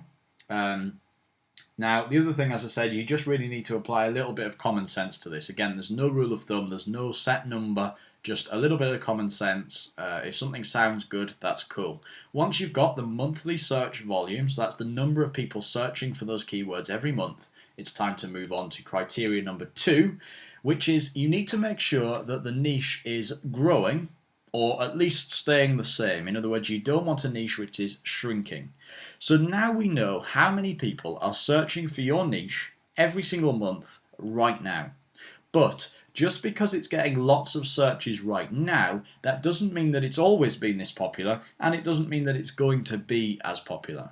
So in 100 years' time, and this is very unlikely, but it's just the first example that pops into my head, in 100 years' time from now, you may find that fewer people are smoking. And if that's the case, there will be fewer people searching for quit smoking. So if a problem gets smaller, fewer people will be searching for a solution. So it's important to make sure that your niche is at least staying the same, but preferably growing. Ideally, you want a problem which is kind of spreading so that you can fix it. Now, everything in the world goes through phases, goes through changes, and goes through rises and falls in popularity. So in the 60s, smoking was trendy. It was even considered good for you. Now, we know the dangers of it. It's no longer considered cool or trendy, and more people want to quit. So we know that the quit smoking niche is growing massively. But at the same time, there are niches that are getting smaller. So again, you want to make sure that your niche is at least staying the same, but preferably growing. It's important to make sure that your niches aren't going to suddenly collapse in popularity as soon as you begin building your list or building your business. Now, I recommend using a free tool called Google Trends. Now, this is different to Google Hot Trends that I mentioned before. Google Hot Trends tells you what lots of people are searching for. Like it'll tell you the celebrities that most people are searching for. It'll tell you the recipes that most people are searching for. Whereas Google Trends is a tool that allows you to find out whether there's going to be a rise or fall in any popularity of any niche. So what you would do is, just like with the Google AdWords tool, you type in the main keyword of your niche into the Google Trends tool, and it will tell you what Google predict is going to happen. And it's actually pretty accurate. It's not 100% because Google are good, but they're not psychic, but it will give you a really good indication. It's based on the change in search volume over the past few years, plus a whole other bunch of data that Google have access to that we just don't. So this is stuff that Google can tell us that we really can't guess. So it's a good idea to run your 10 or 20 potential niche ideas, assuming that you've still got them. By now you might have got rid of 3. So there might be 3, 4, 5, 6, 10 that were ruled out in the previous criteria. So run whatever is left through the Google Trends tool and make sure there isn't a rapid decline in interest or in searches. You're either going to look for a steady growth, or you want the search volume to kind of remain the same. So let me very quickly, I'll show you the Google Trends tool. Again, there's a video showing you how to do it in the members area. I'm not going to show you in great detail here. You'd be better off to watch the training video. So this is the Google Trends tool. It's at google.com/trends, although I'll put links to all of these inside the members area so you can just click through to them. This is the Google Trends tool. So what I'm going to do is I'm just going to search, out of interest, I'm going to search learn football. It's got nothing to do with hypnosis. I just think I know what the result's going to be. I'm then going to click search, and this will show me on a graph what Google expect to happen with the search term learn football. That's actually really interesting. That's not remotely what I expected the case to be. If you can see this graph over here on the left hand side, over here, this is how the search volume on Google has changed since 2006, and what Google kind of expect is going to happen. Okay, so you can see in 2006, when it first started measuring this is when Google dates back to when Google started measuring this. In 2006, there's a huge spike in traffic. And then there was a kind of a drop until later in 2006. Then there was a huge spike again, and then a huge drop through until the middle of 2007. And then a huge spike again, and then there was a kind of a jagged mountain spike. And then, so you can see that it's kind of been inconsistently up and down, up and down, up and down between 2006 and 2008. And then there's been what is actually a pretty steady decline between 2008 and 2012, with just occasional peaks as you go through. Does that kind of make sense? This is Google's actual forecast on the number of people who are searching the words learn traffic. This is actually what's happened over the past 6 years. So what this gives you a vague idea of is that the term learn football as a search term is becoming less popular. Fewer people are searching learn football today than were in 2006. Now, if I change that to just be the word football, in other words, if it was people just searching the word football, I'm guessing this is going to be a different story, although I don't know. This is why this tool's so cool. Okay, so with the word football, since 2004, there has been a vague increase. It is slightly higher at the end of 2012, or it will be slightly higher at the end of 2012 than it was at the beginning of 2004. But again, there's a really kind of inconsistent peak. Interestingly, what that kind of tells us, if you just use your own common sense, is that the term football has kind of seasonal searches. So you'll see pretty much at the same place every year. Towards the end of the year, there's a sudden peak. Now, for all I know, that could be the summertime. We don't know because we can't tell how far into the year that is. I'm guessing it looks like it's kind of winter time. So the last quarter of each of those years, I'm assuming it is spring, summer, autumn, winter. The last kind of the last kind of season, or the last kind of quarter or half, actually, perhaps. So it could be autumn and winter, for example. Of each of these years, there is a rapid spike. So again, this is a really cool tool. Now again, I'm just showing you it very briefly here. You can also see what the news reference is. So this is like from news websites like BBC News and World News and USA Today and all of the kind of the most popular news providers again here. So again, I'm not going to go into all of the different settings and what all the different things mean. I'm going to leave that for the training video because I don't want to kind of spend too much time on it on this webinar. The webinar's for theory, the training videos are to show you the practical side of things. But again, you can see Google Trends is a really good way to kind of make sure that your niche isn't going to suddenly collapse or isn't predicted to suddenly drop off within the next kind of year or so. So we'll go back over to the slides and we will continue on with criteria number 3. If you just give me a second, once again, just waiting for the webinar to catch up. And criteria number 3 in the viability assessment is that it must be a buyer's niche. So as you build your, that should say as you build your business, not as you build your list. As you build your business and as you build your mailing list, you'll be aiming to sell products to all of your customers, all of your subscribers, and basically everybody on the internet. So what we need is to make sure that people within your niche are actually buying stuff and not just searching for free information. Now, there are a couple of different ways to find out whether or not it is a buying niche. So the first thing you need to do is to see if there are other products already selling in this niche and how popular they are. Now, you can do this by visiting the ClickBank marketplace and searching for the main keywords within your niche. In other words, quit smoking, weight loss, curophobia, stress, confidence, that kind of thing. ClickBank is one of the biggest information product merchant providers online. It's where millions of, well, thousands of people sell their products. They do millions of dollars in sales every single year. And so there are products on sale in almost every niche imaginable, from golf to weight loss, from vegetarian cooking to fishing to everything imaginable. There's something on sale in ClickBank. So if you go and search for your niche in ClickBank and you can find products for sale there, that's cool. That means there are products already in that niche. But you could also check and see how well they are selling. And this is measured by something called gravity. So all of the products which people sell through ClickBank, and all ClickBank do is, by the way, is process credit and debit card payments and PayPal on your behalf. So you can actually list your product on ClickBank. You can use ClickBank to sell your product so that you don't have to faff about with your own business bank account, with your own merchant accounts. You don't need to accept credit cards or any of that because you can just send people to an order form which is run by ClickBank. So what you can do is you can check something called the gravity. Now, this is the metric that ClickBank use to show how many sales have been generated by affiliates recently. So if you've got a product, if you imagine you're going into the weight loss niche, if you find a weight loss product, you will be able to find out how many copies of that product have sold and how many of them were sold by affiliates and affiliate traffic recently. But it won't just give you the number. It won't just say, well, this product has sold 1,000 copies. It gives you a number which it calls gravity. Now, the truth is, nobody really understands how this number is calculated except ClickBank. All you need to know is that a gravity of 20 or more is a good start. If you find a product with a gravity of 50 or 100 or more, that's brilliant. The higher the number, the more people are promoting and selling the product. So ideally, you want to find that there are lots of products with a gravity of 20 to 100 or more within your niche. So just to put that in some perspective, if you're in the weight loss niche, well, let me show you what I'm talking about. If I just close the slides again for a second, and we'll go to ClickBank just to show you what I'm actually talking about. Again, just waiting for the webinar to catch us up.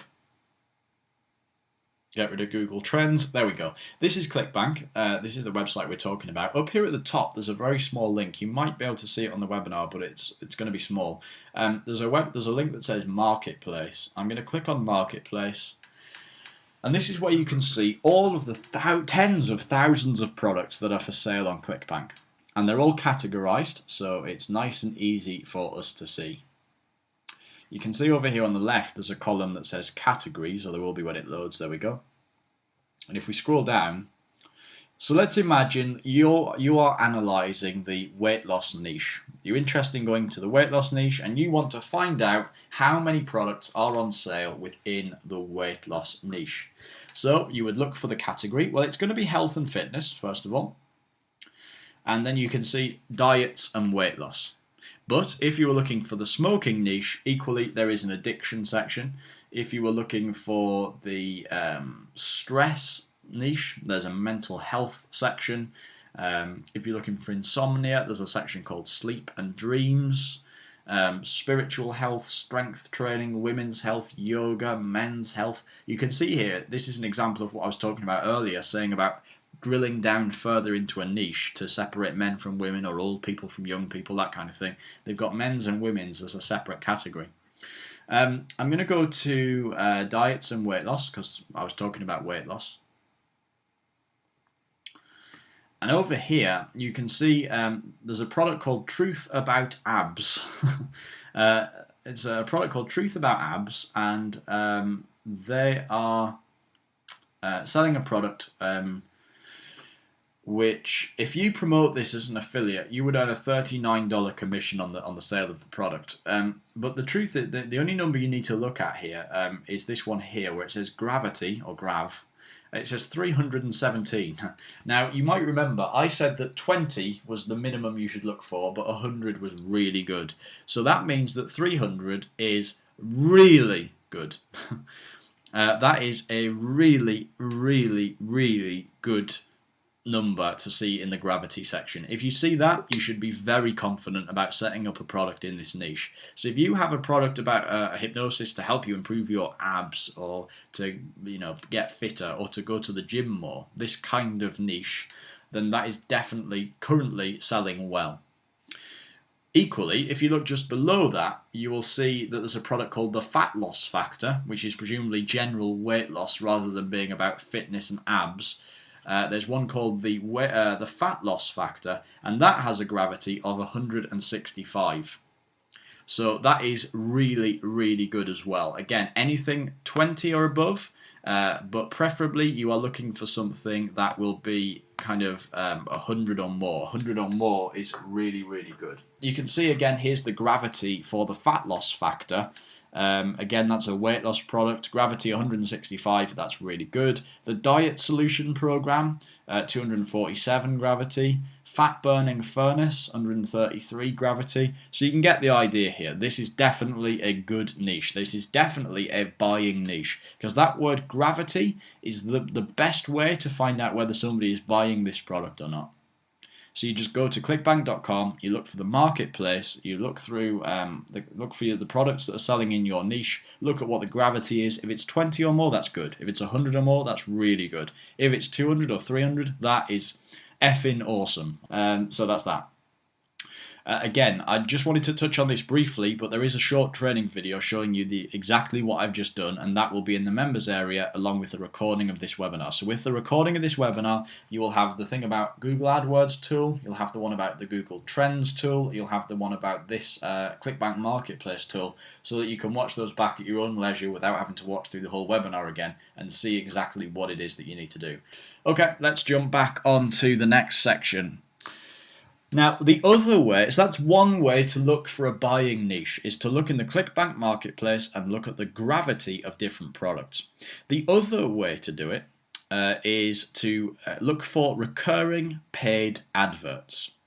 So in other words, you need to find out whether there are marketers who are paying for adverts every single month. Now, the easiest way to do this is to check Google. Now, as you probably know, Google sell advertising space at the top and the right hand side of their search results. This is called AdWords, and basically marketers pay a small amount of money each time someone clicks on their link. It could be 10 cents, it could be $1, whatever it works out to be. It depends on the popularity, the number of searches, etc. But people will pay a small amount of money each time someone clicks on their link. Now, no sensible marketer will continue to pay month after month advertising a product or a niche which isn't selling. So if they are doing that, that's a really good indication. If someone is paying for an advert religiously month after month after month after month, chances are it is a good buying niche. So what you can do is head over to Google and search for the main keyword in your niche. Now that's going to be something like weight loss or quit smoking. And when the search results load, you will have two types. You'll have the main organic free search results, but you also have the two main AdWords sections, which are above and to the right of the organic search results. So I'll show you what I'm talking about here. If I just close the webinar slides down again.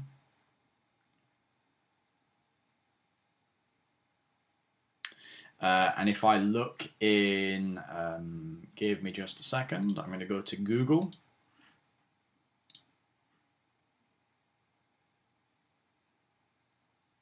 So here I am on Google, You can see we got a little Olympic dude here. Isn't this cool, by the way? Google's little daily, or almost daily little picture, depending on what's going on in the world. That's very cool. I'm going to type quit smoking. Oops, I'm doing it in the wrong window. I'll try again. Donna, I'll answer your question in a second. Yes is the answer, but I'll answer it properly in a second. If I search quit smoking, I'm waiting for the search results to load, which for some reason they haven't. Let's try that again. Go to Google, and we'll search quit smoking. This will load the search results for quit smoking. Now, what you'll see is there is two sections. One is over here at the top, and you'll see it's got a cream-coloured background. It's going to be the top 3 or 4 results, and again, it has this yellowy cream. Oh, hang on, wait for the webinar to load. There we go. So it's the top 3 or 4 results, and it has this yellowy, creamy colour. And then it's this set of results on the right-hand side. So I just want to make sure that you can see the distinction here. These search results, which I'm going to select so that you can see what I'm talking about. Give me a sec.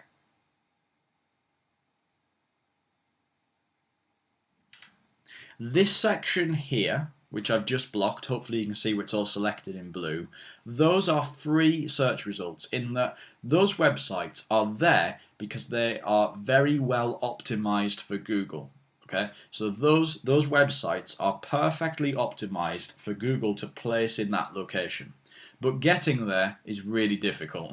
You can see right now the websites that are there are things like the NHS, our English National Health Service. Quit.org.uk, that's another governmentally run or endorsed website. Wikipedia, you know, we aren't going to beat NHS or Wikipedia to the top. It's not going to happen. But over here on the right hand side, which is these adverts here, again, just give me a second to select them so that you can see what I'm talking about. These adverts on the right hand side, and these adverts over here at the top, these are paid adverts, and you can see that they are paid adverts. It actually has a sentence that says ads related to quit smoking, and then it says why these ads. That's their kind of disclaimer to tell you that these people are there because they've paid for it. Okay, so they want you to know that those people have paid to be there. So basically, you can see here, for example, there's a website called eTrades UK, and they sell something called Tabex trademark. So that is obviously going to be some, I haven't looked at it, but it's going to be some kind of tablet, I would assume, some kind of tablet to help people quit smoking. So that is there in order, that is there because eTradesUK.com, whoever they are paying for this advert. Now, if you were to check back again and again and again over the period of about a week, and Tabex are still advertising there, they haven't taken it down. Typically, big advertisers who are putting lots of money into this will measure their advertising by the day, and if it doesn't make its money back on day one, they'll stop. But if these adverts here are there, ignore the ones like eBay because they are always there, and Amazon. But for things like eTrades UK or Life Principles or StopSmokingCentre.co.uk, if those adverts are there for days or weeks or even months, that is probably going to tell you that this is a buying niche, that people are actually spending money with these advertisers and that these advertisers are making money. So what you can do is basically every day over, say, a week, you could pop into Google, you could do a search for the main keywords, so that would be quit smoking, lose weight, overcome phobias, treat depression, cure stress, that kind of thing. And find out, you know, make a note or a screenshot even. I could screenshot this so I can quickly check back and look for the adverts that are there regularly. And if adverts are there all the time, chances are that is a buying niche. That is a niche where people are actually spending money in order for these people to continually pay for their advert. People are not going to pay for an advert if it's not making their money back. So that's the other way. So the two ways to look to see whether there are buyers in a niche are to look on the ClickBank marketplace and to search Google and find out whether people are whether the same people are regularly advertising and paying for their advert. If that makes sense, then go ahead and type yes into the questions box. I want to make sure we don't lose anybody off. Again, of course, you can go back over these videos to make sure that everything does make sense. Cool, everyone's saying yes. All right, good. So those are the kind of the three main criteria we're looking for with to make sure that something is a buying niche. So with that said, I've just explained the next slide, so I'm going to skip it. Give me just a second to get to the slide I want to be on. We've explained that slide. Now we're on criteria number 3. Again, we're just continuing with this buying niche thing. The other place you could look for recurring adverts, is magazines. Again, magazines make the majority of their money by selling print advertising. They don't make the majority of their money by selling you the magazine. They make the majority of their income by selling advertising in the magazine. So if you go and buy a magazine 2 weeks in a row, say there's a magazine about weight loss or general health, if you can see that there are people selling advertising weight loss products 2 weeks in a row or 2 months in a row, again, it's probably a buying niche. So it is worth going and looking down through the magazines. Now, the one thing I kind of want to say with this is, do not waste weeks and weeks and weeks over this. I'm giving you a few different ideas and a few different resources that you can use to collect the data you need, but none of it is 100% accurate. This is all kind of experimental and it's all kind of it's not very scientific, so you can't be 100% sure. You need to apply common sense, move on. So check it briefly, apply common sense, and then move on. So please don't waste weeks over this. This isn't an excuse for you not to take action. This stuff will make you money, but it will only make you money if you actually take action on it as we go through this course. So by this time, by the next webinar, which is going to be on Sunday of this week, so like 6 days' time, we want you to have basically done all of this, have picked a niche, and be ready to go and make your product, because the next webinar is about making your product. So we'll make sure we give you a good few days to actually watch through the webinar and watch through the videos and things, and then we want you to have done this. So do not waste time on it, please, just crack on. To briefly recap what we've covered so far, you want to generate as many ideas as you possibly can. Then you want to whittle those down to your top 10 or 20 ideas, the ones that you most would like to work with. You're then going to find out whether it is a viable niche by looking for how many people are searching for that niche each month. You're going to look at how many people are likely to be searching for that niche in 6 months, a year's time, or 6 years' time. And then you're going to find out whether it is a buying niche. So those are the 3 criteria you're looking for a viable niche. And step 3 of this, so step 1 is idea generation, step 2 is the viability assessment, step 3 is the profitability assessment. So now we understand which of our niches will fit all or most of the important criteria, but now we need to analyse the fun stuff, which is the monies. So just because people are searching for information and even buying products, that doesn't mean it's going to be the most profitable niche. So that means we need to analyse how much potential for profit there is in each of our remaining niche ideas. Now by now, your 20 ideas could have been whittled down to 6, and hopefully that will be the case. Hopefully your 20 ideas will have left you with 6, having gone through step 1 and having gone through step 2, sorry. So with that said, in step 3, there are a couple of things that we need to assess. We need to know how well products are selling. We need to know how much products are selling for. We need to know how many products there are within that marketplace. And we need to know how much back-end potential there is. Okay? So you should start by signing up for a number of affiliate networks, including ClickBank, Pay.com, JVZoo, ClickShow, Commission Junction. Now these are all websites where marketers can sell their products, where you could potentially sell your products, where affiliates can then go and promote those products. So this is a good way for you to look for those products and to find out how well they're selling. So just like the ClickBank marketplace thing I've just shown you, there will be some kind of marketplace in all of these different affiliate networks: ClickBank, Pay.com, JVZoo, ClickShow, Commission Junction. Again, you will find links to all of those websites in the members area below the recording of this webinar. I'll make sure I put links to them all. You can join them all. They're all free to join. And once you're a member, you can then look through and you can see which of those are selling the most products? Yeah, so again, all of those affiliate networks, ClickBank, Pay.com, JVZoo, ClickSure, and Commission Junction, they all have a marketplace where you can find products that you can promote. And all of those products will be listed and ranked by various criteria, which means you can address each of those important questions and factors that we just raised. So you should spend about an hour joining ClickBank, Pay.com, JVZoo, ClickSure, Commission Junction. It's all free. Sign up as an affiliate, even if you have no intention of promoting the products. Find their marketplace, or whatever it is that they call it, the section where they list all of the products for sale, and then look for the equivalent of the gravity. So in ClickBank, it's called gravity. In the others, it'll be called something different. But you're looking for the number that tells you how well those products are selling. And again, the questions you need to answer are, how well are the products selling? How much are products selling for? Are products selling for $5 or are they selling for $500?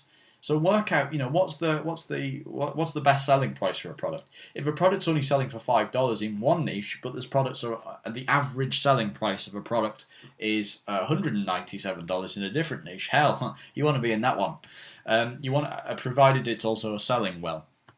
You want to look at how many different products are there. So, for example, in the quit smoking niche, there could be products like how to quit smoking cigarettes, how to quit smoking cannabis, how to quit smoking some other drug, so there'll be different products within that marketplace. How to make sure that you don't put on weight once you've quit smoking, those kind of things. You also want to look at how much back-end potential there is within that niche. So could you ultimately put together a $5,000 coaching program? We have a $5,000 coaching program for people who really want to study hypnosis with us. So if people really want to see the depths of our business, they can pay us $5,000 and we will personally coach them in the real ninja tricks and tactics of improving their hypnosis business. But again, you could do that with weight loss. You could put together weight loss for CEOs, aimed at managing directors and CEOs of enormous companies who've got $1 million paychecks and will happily pay you $5,000 if you can help them achieve their goals. So you should analyze, and really this is again just your common sense, analyze the potential for having back-end products or more expensive coaching programs in that particular niche. And again, you can analyze all of that just by looking at what products are selling, how well they're selling, and how much they're selling for, which again, you can do by looking in each of those marketplaces. Again, there's a video showing you exactly how to do this. You'll find it inside the members area, along with the recording of this webinar. So again, that is your profitability assessment. Now, once you've gone through step 1, idea generation, step 2, viability assessment, and step 3, profitability assessment, it's now time to select your niche. So what this means is that by now you will probably only have a few niches left because you'll have ruled the majority of them out. You might only have 3, 2, 4, 6. But even if all of your top or 20 niches fit the criteria, don't worry, just pick the best one. In other words, at this stage, you will have all of the different criteria you need. You'll know which ones sell for the highest price, which ones sell the best, which ones have the best back-end potential, all those kind of things. So even if you still have a list of 20 niches, because they all fit that criteria, you will know which of them is the best and pick that one. Alternatively, if you've whittled it down to, say, 4, again, look at those 4, look at the statistics of each one, and if one of them has an average selling price of $197 and the others don't, one of them is selling thousands of copies a week and the other one doesn't, one of them has a great potential for a big, expensive back-end coaching program, then go for that one. Now, it probably won't have all of those criteria, but just look through and whittle them out, and you will end up with one that is better than the others. So pick the one which appears to be the strongest and roll with that. Now, this is important. Please do not be tempted to pick a couple and try and run them at the same time. Don't think, right, well, I'm going to say stop smoking and weight loss and try and run those together. Focus on one, and then you can come back and choose the second one once you've done the first one. So you want to have one campaign up, running and profitable, and then come back and put the next one up and make it profitable. Then come back and get a third one and make that profitable, and go through this process each time. So again, once you've gone through step 1, idea generation, step 2, the viability assessment, step 3, the profitability assessment, you will now know 100% which of those 300 or 400 ideas you might have come up with is the best.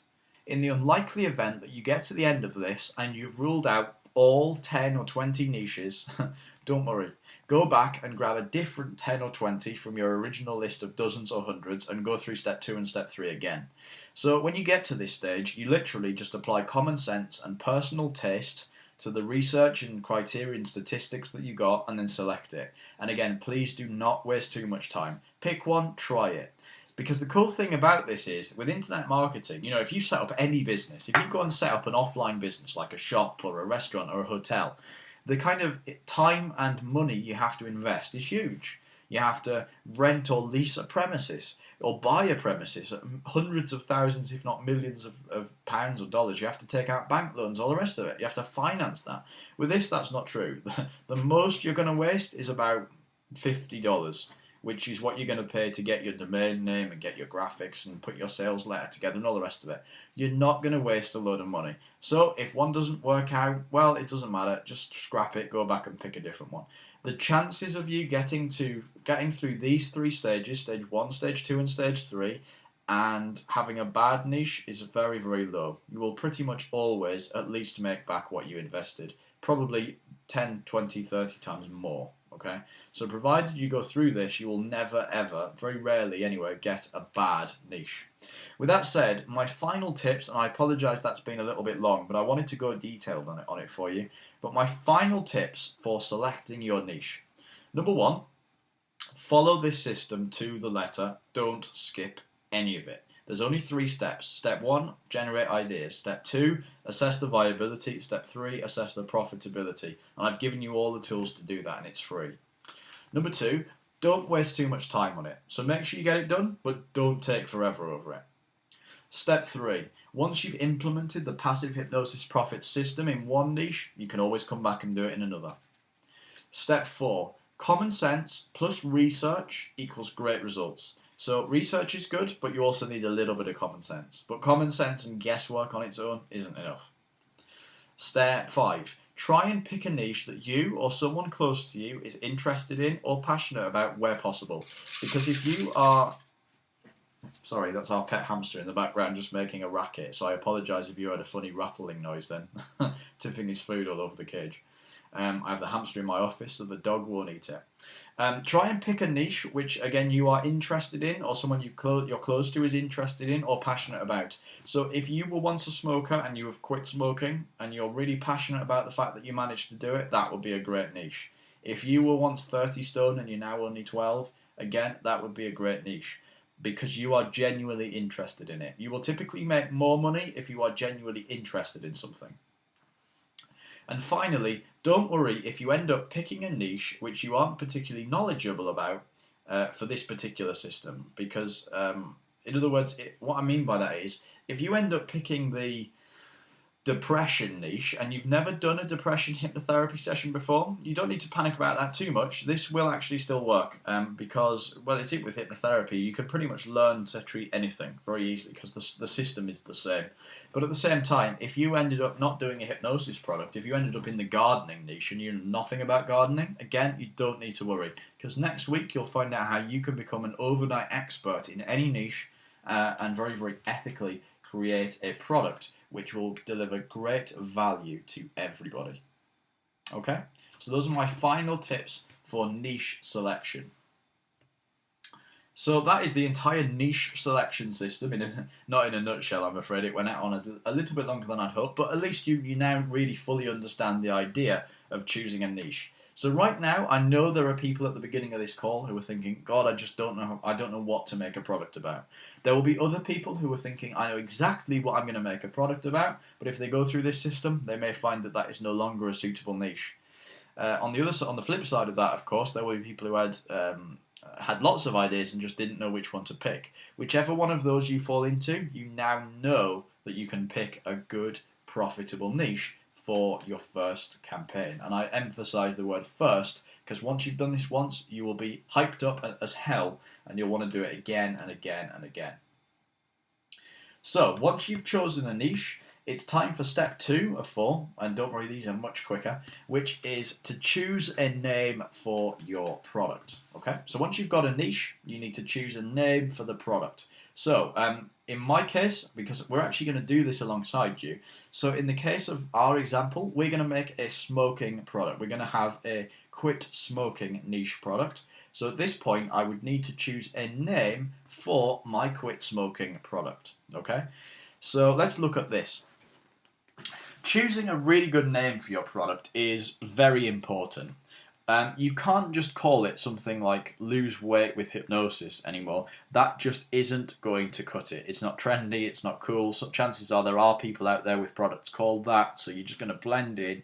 You can't have a product called lose weight with hypnosis because it's crap.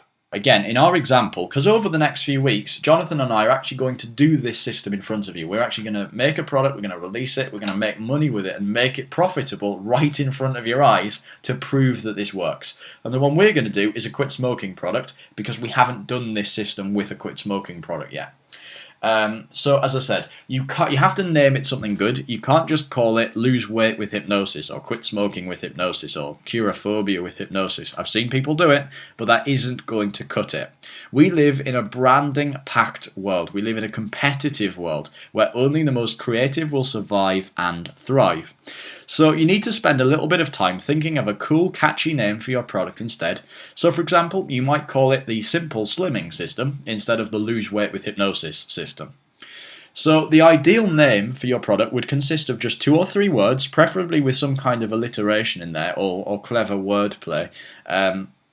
So when I was thinking about putting together a product about seduction using psychology and hypnosis, I was going to call it Psyduction, P-S-Y-duction, which was like seduction but with the word psy, like psychology, at the beginning.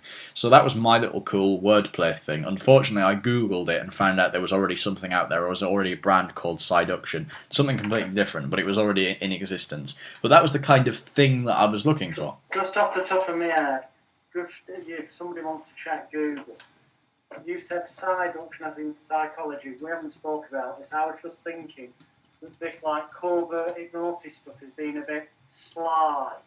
S-L-Y. What about slyduction? Slyduction, that could also work. Yep, definitely. If somebody wants to do a seduction product and wants to call it that and it's still available, feel free.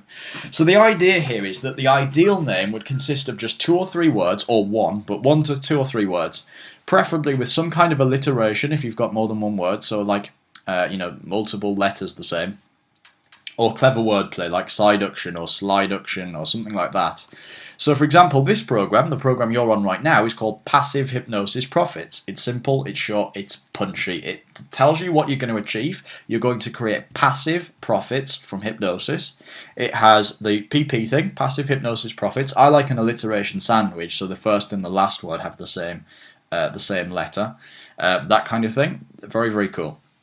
Once you've got that, you will be ready to go. Now, the way I suggest you do it is, you grab a piece of paper and a pen for complete creative freedom, and you're going to write down all of the words that are linked to your product.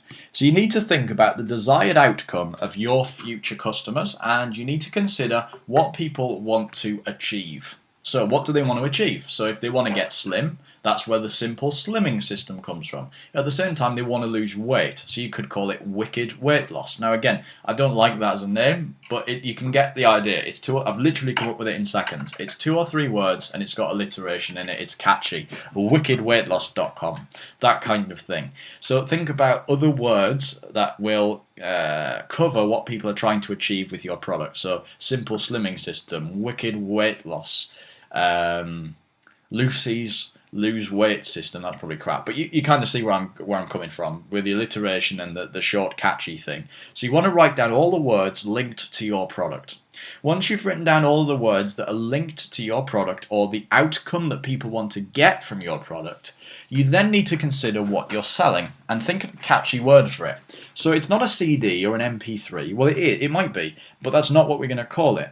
Do you want it to be a system or a formula or a blueprint or an academy, the weight loss academy, the confidence academy, all of these kind of things? Now, I recommend that you use dictionary.com to give you ideas, and thesaurus.com, which will obviously give you synonyms for the words. So if you've got the word weight loss, it will tell you alternative words for weight loss, like slimming or something like that. If you have the word academy and you put that in thesaurus, it might give you university or institute, and you might want to go with one of those. The fat loss boot camp, or something along those lines. Again, this is all about just being creative and brainstorming, and it's definitely worth brainstorming with other people too. So whenever I've tried to come up with a name for a company or a product, I always speak to Jonathan on Facebook or phone. I'll ring him and say, hey, I've got these ideas, and bash some words around. Usually he'll say the same thing, and I can always predict it. He'll go, let me sleep on it, and he'll come back to me the following day and go, right, no, that's crap, try this. So it's definitely worth brainstorming with other people, brainstorming with your friends, brainstorm with your family. Ask people within your social network for their ideas as well. So go on Facebook, go on Twitter, provided you don't think there's people on there who are just going to vindictively nick anything you post. And just say, look, hey folks, I'm working on a new quit smoking product, or a new weight loss product, or a new phobia product. Give me your ideas. I've seen quite a lot of marketers doing that, and again, that also will form part of the pre-launch of what you're doing too. People will read that and think, oh wow, I want to quit smoking, I need to pay attention. So they will join in, which will give them some emotional attachment to your product, and it will form part of the pre-launch of the whole process too. So a little bit of time and a little bit of creativity will go a really long way when it comes to creating a better product with a higher perceived value. Let me tell you, the Simple Slimming System, which is the name I came up with earlier for a weight loss product, Slimple, there we go, that's a cool one, Slimple. The Simple Slimming System will sell better than How to Lose Weight with Hypnosis. It just will, because it's catchier, the branding is nicer, it has a higher perceived value. At the same time, the Weight Loss Academy has an even higher perceived value, because academy sounds prestigious and it sounds good. It's all just about the power that words have to affect us, which is all hypnosis is. So, once you've got a few ideas, the next thing you want to do is to go to Google and actually Google that name. Isn't it cool? Google's become a verb now. It's actually a doing word. You want to Google that name, and you want to search to make sure nobody's already got it. So if somebody's already got Simple Slimming System, you can't have it. If somebody's already got the, I'm just trying to think of another one. If somebody's already got the Rapid Fat Loss boot camp or something, again, you can't have it. It's better to research it now than to be sued later. For example, there's a couple of products that Jonathan and I have where we've had them for ages, but we didn't buy the .com for it, so somebody else has come in and bought the .com, but because we were able to prove that we had the idea first, we've been able to actually seize the .com from them in law. We've actually been able I'll give you one example of that, one particular example. I'm not going to mention the person's name, but it doesn't really matter too much. You can soon find that out if you so desire. But a few months back now, somebody rang me up and said, "Oh, I've just got your Hypno High app on the iPhone, and I've got to say, I'm really disappointed. It's crap. It's not up to the usual standard of the stuff you sell." And I said, "You what? Hypno High app? I haven't got an app on iPhone for Hypno High." Now, to book this kind of briefly, I came up with the idea of a hypnosis product about 1994, 95, which was also documented in a big magazine called Ministry, linked to the Ministry of Sound nightclub in England, whereby I'd hypnotise people so that they got a natural high, natural buzz, rather than having to smoke cannabis or take cocaine or any other form of drug. It could stimulate that feeling without needing the illegal or potentially harmful drugs. And I did indeed put an audio recording together for it. I sold it mail order via one of my websites at the time and made quite a nice amount of money. What that ultimately did, however, is it established, because on webarchive.com, if you go on there, which is where you've seen what websites looked years ago, and look at Hypnotorious.com as it was in sort of 1996, you can see me selling Hypno as an audio product, which establishes a timeline. The magazine article establishes a timeline earlier than that. So I checked out, and sure enough, some I shan't use the expletives, but somebody who I'm guessing has seen my Secrets of Hypnotic Success DVDs, which you bought, those of you who are in the boot camp, well, you wore that, one way or the other now, will see on the Secrets of Hypnotic Success videos that I actually say to people, look, here's an idea, and I show letters that I've got from Prince Charles, from all the MPs, Prime Minister and Shadow Prime Minister at the time, saying what a wonderful idea they thought this was, because I was looking into getting community government funding for it to give it away free to help people get off drugs. So, you know, it's safe to say that I've got proof of creation on this, which is something you want to look into. Copyright, you know, by sending stuff to yourself, mentioning it in letters to official parties and getting replies back like I did with Prince Charles and the government and stuff, definitely establishes a creation timeline. And when you are then selling something under that name, it is arguably you are trading under that name, that mark. So it is defined as your trademark. Okay. Now, you don't have to have gone through any special process to claim a trademark on something. As long as nobody else has already got a registered trademark prior to you for that name, you can book TM next to your name, like Hypno TM meaning trademark, to designate the fact that you would copyrighted it. You don't actually have to spend money. But if you're doing your research on Google, if you see someone's got a letter R next to it, meaning right reserved, it tends to mean they've already gone through the official legal trademark process. Anyway, long story cut short, that person's still selling the app at the minute. We were contacted, threatened with legal action. We were given a period of days to either A, stop selling it, take it off the market, or B, agree to alter all the advertising so it no longer stated that it was their creation, an idea, so that my name was mentioned and so that I would get a cut of the money, which they chose not to do. So that is currently in the process of litigation, and they stand to basically ultimately end up giving me every single penny they've earned from their inferior app and paying damages as well for not, you know, for claiming it as their idea when clearly timeline-wise I can prove it isn't. It may well bankrupt them, I don't give a shit. They could have quite easily searched Google and found that name already would have come up with numerous websites where over the years I'd advertised it, plus established copyright and trademark upon that. So that's what to bear in mind. A, in protecting your own name and brand, and B, double checking before you use a name. Otherwise, you might rub somebody up the wrong way, like that guy's done with me, and potentially face losing your house and home. Back to you, Rob. Exactly. So my point there is you want to make sure that nobody else is already operating under this name or has a product of this name. Typically, if they do, they will have the .com, but not always. There are a lot of cases where somebody will not have bought the product name .com.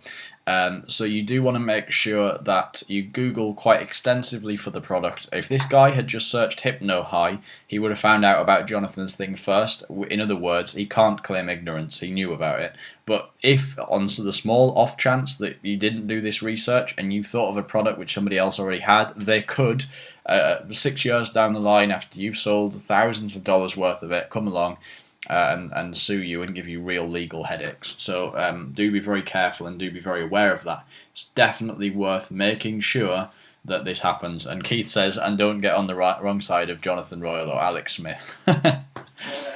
So there you go. So make sure that you Google for the name to make sure that somebody else doesn't already have it. So with that said, that's pretty much all I can teach you about coming up with a name for your product. It's pretty much just about being creative, and those are my kind of tips for naming your product. Now, once you've got a name for the product, it's time to move on to step 3, which is to buy the domain name for that product, which is step 3. Now, basically, the domain name, or URL, which stands for Uniform Resource Locator, is the unique name by which people will find your website for this particular product. Okay, so it's the www.whatever.com thing.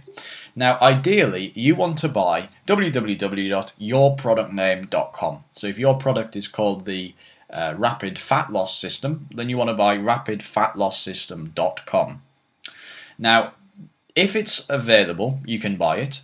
If it isn't available, obviously only one person can have it. If it isn't available, then what that means is that chances are somebody's already got a product called that. And if they do, you want to steer... Not always. And there's one website that isn't on this slide I would mention. www.A for Apple -Q for queer.co.uk. So that's www.a-q.co.uk.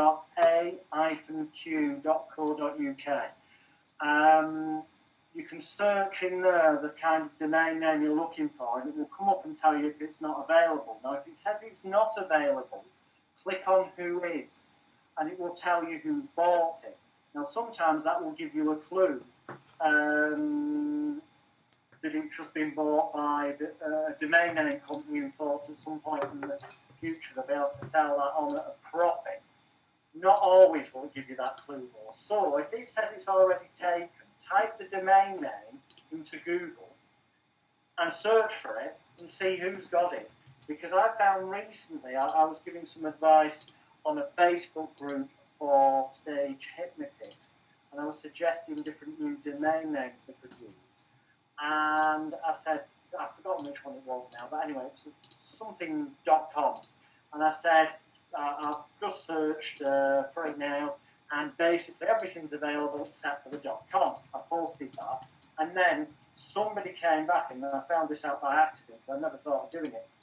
And said, well, we've just typed in the .com into Google, and it just goes to a placeholding page, a page that says, this domain is for sale.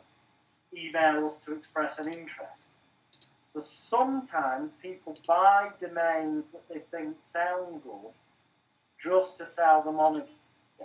Now, sometimes they'll want obscene amounts of money for them, but sometimes they may only want, say, $300, $400, $500, $600, $1,000. Now, I know $1,000 is about £600 UK sterling, and you might think, look at that, just buy the .net instead of something. And true, you know, if you get the message across enough, it can be fine to have the .net.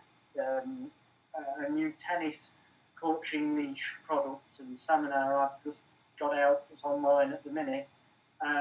It's called Mind, Set and Match, a play on game, set and match. And also because tennis has got a net in the middle of the court, although I bought the .com, I am using in the advertising mindsetandmatch.net because of the tie-in with tennis. And mindset. Yeah. And so you know, it might be worth, if something like that happens, paying for the domain name, even though you can normally get them for like $10 or thereabouts. You know, investing $1,000 in the domain name, if you really come up with a name that, you know, sometimes the name is what will sell a product. The self-help book came out years ago, and it's one of the best-selling mail-order publications of all time, and that was called The Lazy Man's Road to Riches. The name sold the book. It told you it was going to be easy, a lazy person could do it, and you'd make money doing what it said. It summed everything up. So sometimes if you get a name, your product like Rob's been telling you about, and it is available for sale, but some clever buggers got in there and bought it for a cheap price and want to sell it on to you, sometimes it can be worth that. You might want to consider that as well. Back to you, Rob. Yeah, cool. With that said, as I said, if the .com isn't available, I'm going to mention a couple. I'm now going to rephrase what I said.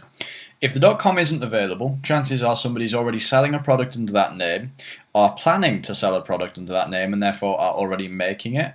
Or, as Jonathan just said, they've bought it with the intention of selling it on to somebody else at a higher price. They thought, that's going to be a good domain, like simpleslimmingsystem.com. Someone might have bought that thinking, well, somebody might make a weight loss product and call it Simple Slimming System. I know that sounds unlikely, but it's very possible. Somebody could have bought that thinking somebody might buy that for a high price later on. For example, a friend of mine, another information marketer, not in the hypnosis space, but in a completely different marketplace, last month paid $6,000 to buy a domain name for one of his products.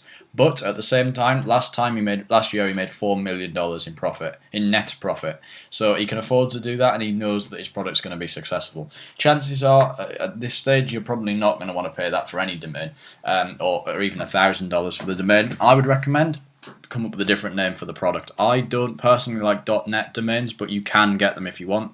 They are sometimes cheaper, they're sometimes more expensive. It just depends on what the domain name is. So try, if your ultimate ambition is to buy yourproductname.com if it's available. If it isn't, well, I'd move and choose something different.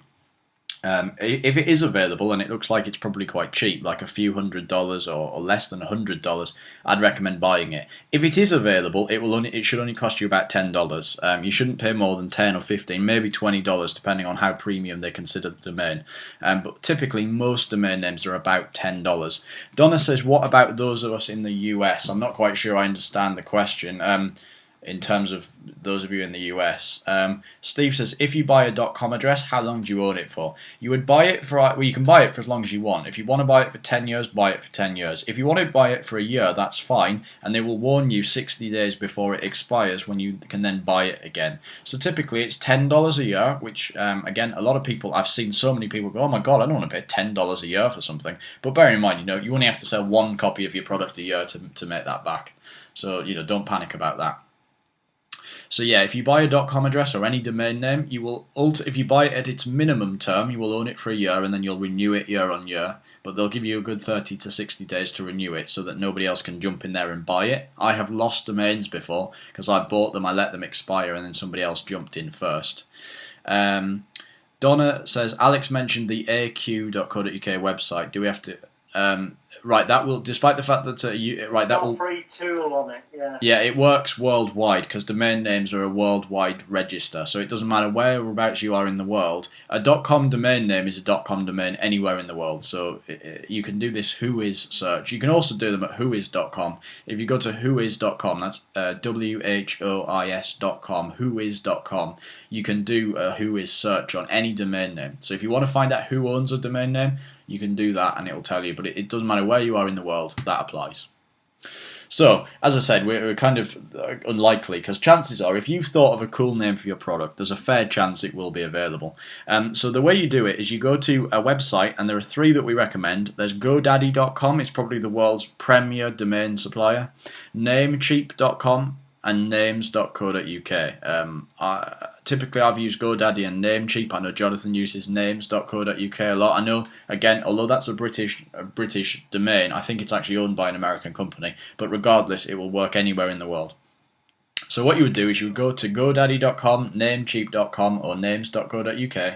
You would type in the domain that you're looking for. It will tell you whether it's available, and if it is, you can buy it. And it's just a very simple process. You click next, next, next, put in your credit card details or your PayPal information, and you're done.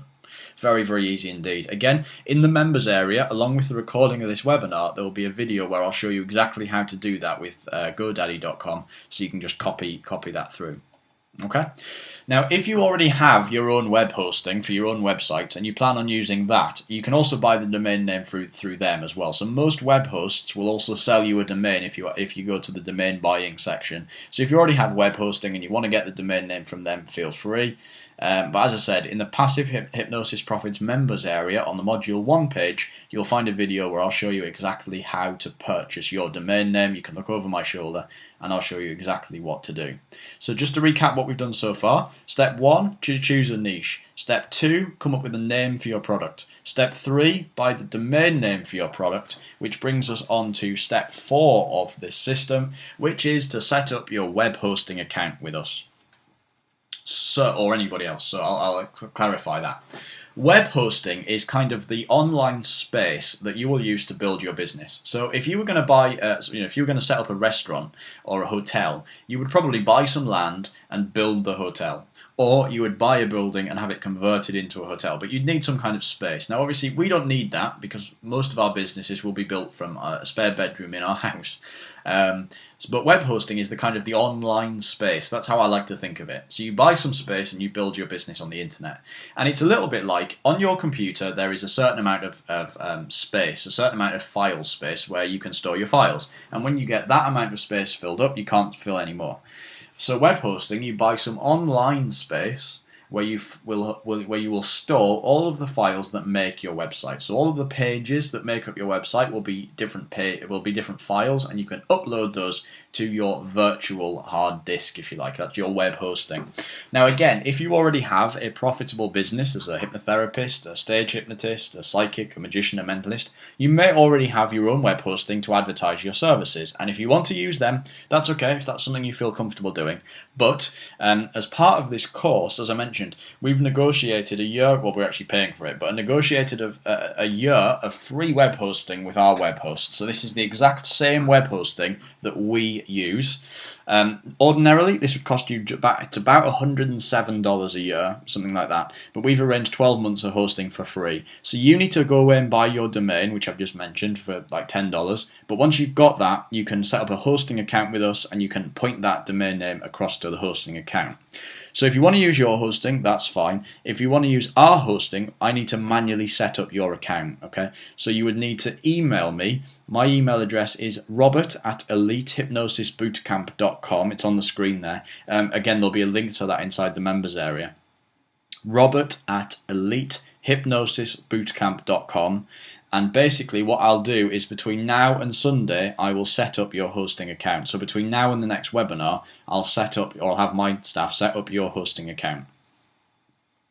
But I will need to point out, before I can set up your hosting, I need you to register the domain name. So if you want to get simpleslimmingsystem.com or something like that, I'm going to warn you, the reason I've used that as an example is because for about 3 years I owned that domain name. I just never did anything much with it.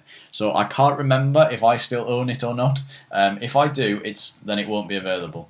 Or if anyone wants it, they can buy it from me. But I never actually used it. Yeah, in fact, I still own simpleslimmingsystem.com, so I'm sorry to disappoint you. You can't have it. There's nothing on it, but I still own it. So I'm just using that as an example, but as I said, you can't have it unless you buy it from me. But simpleslimmingsystem.com, for example, if that was your domain name, you would go and buy that, then you would email me, and then I can set up your hosting account, which is why I've done it in this order. You need your domain name, and then we'll set up your hosting for you. So, with all of that said, it's time to come to our final thoughts for the webinar.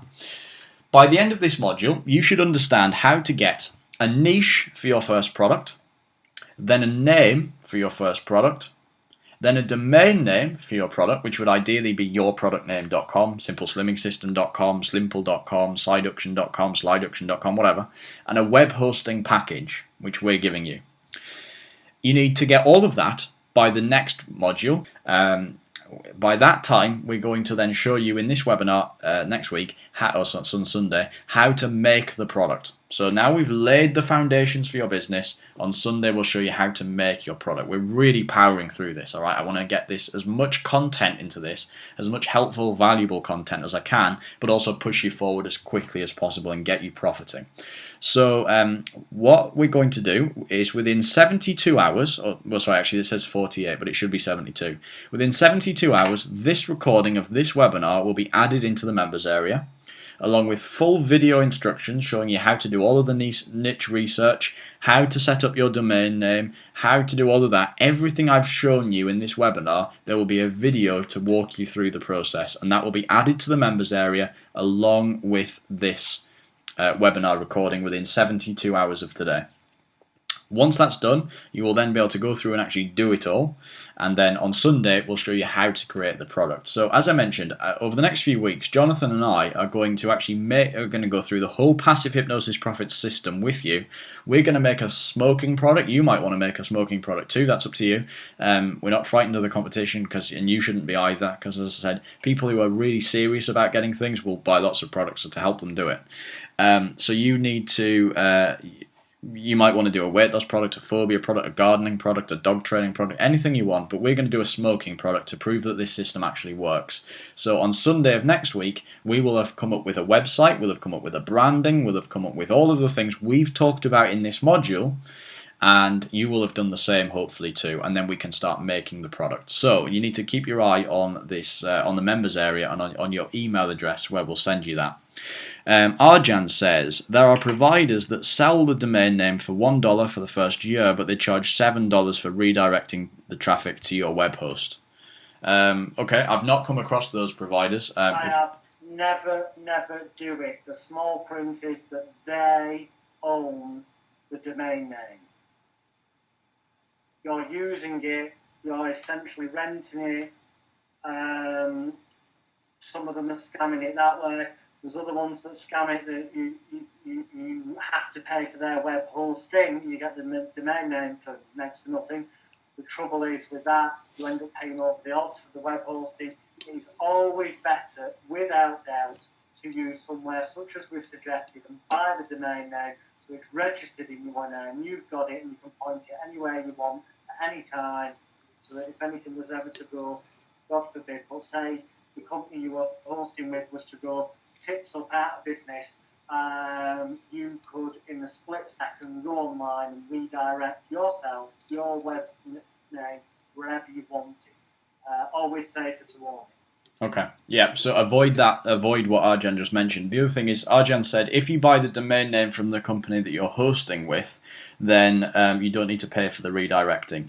Let me tell you, so he said it would be nice to have the hosting before you set up the domain name. Well, we're going to be your web host, so you'll be hosting with us.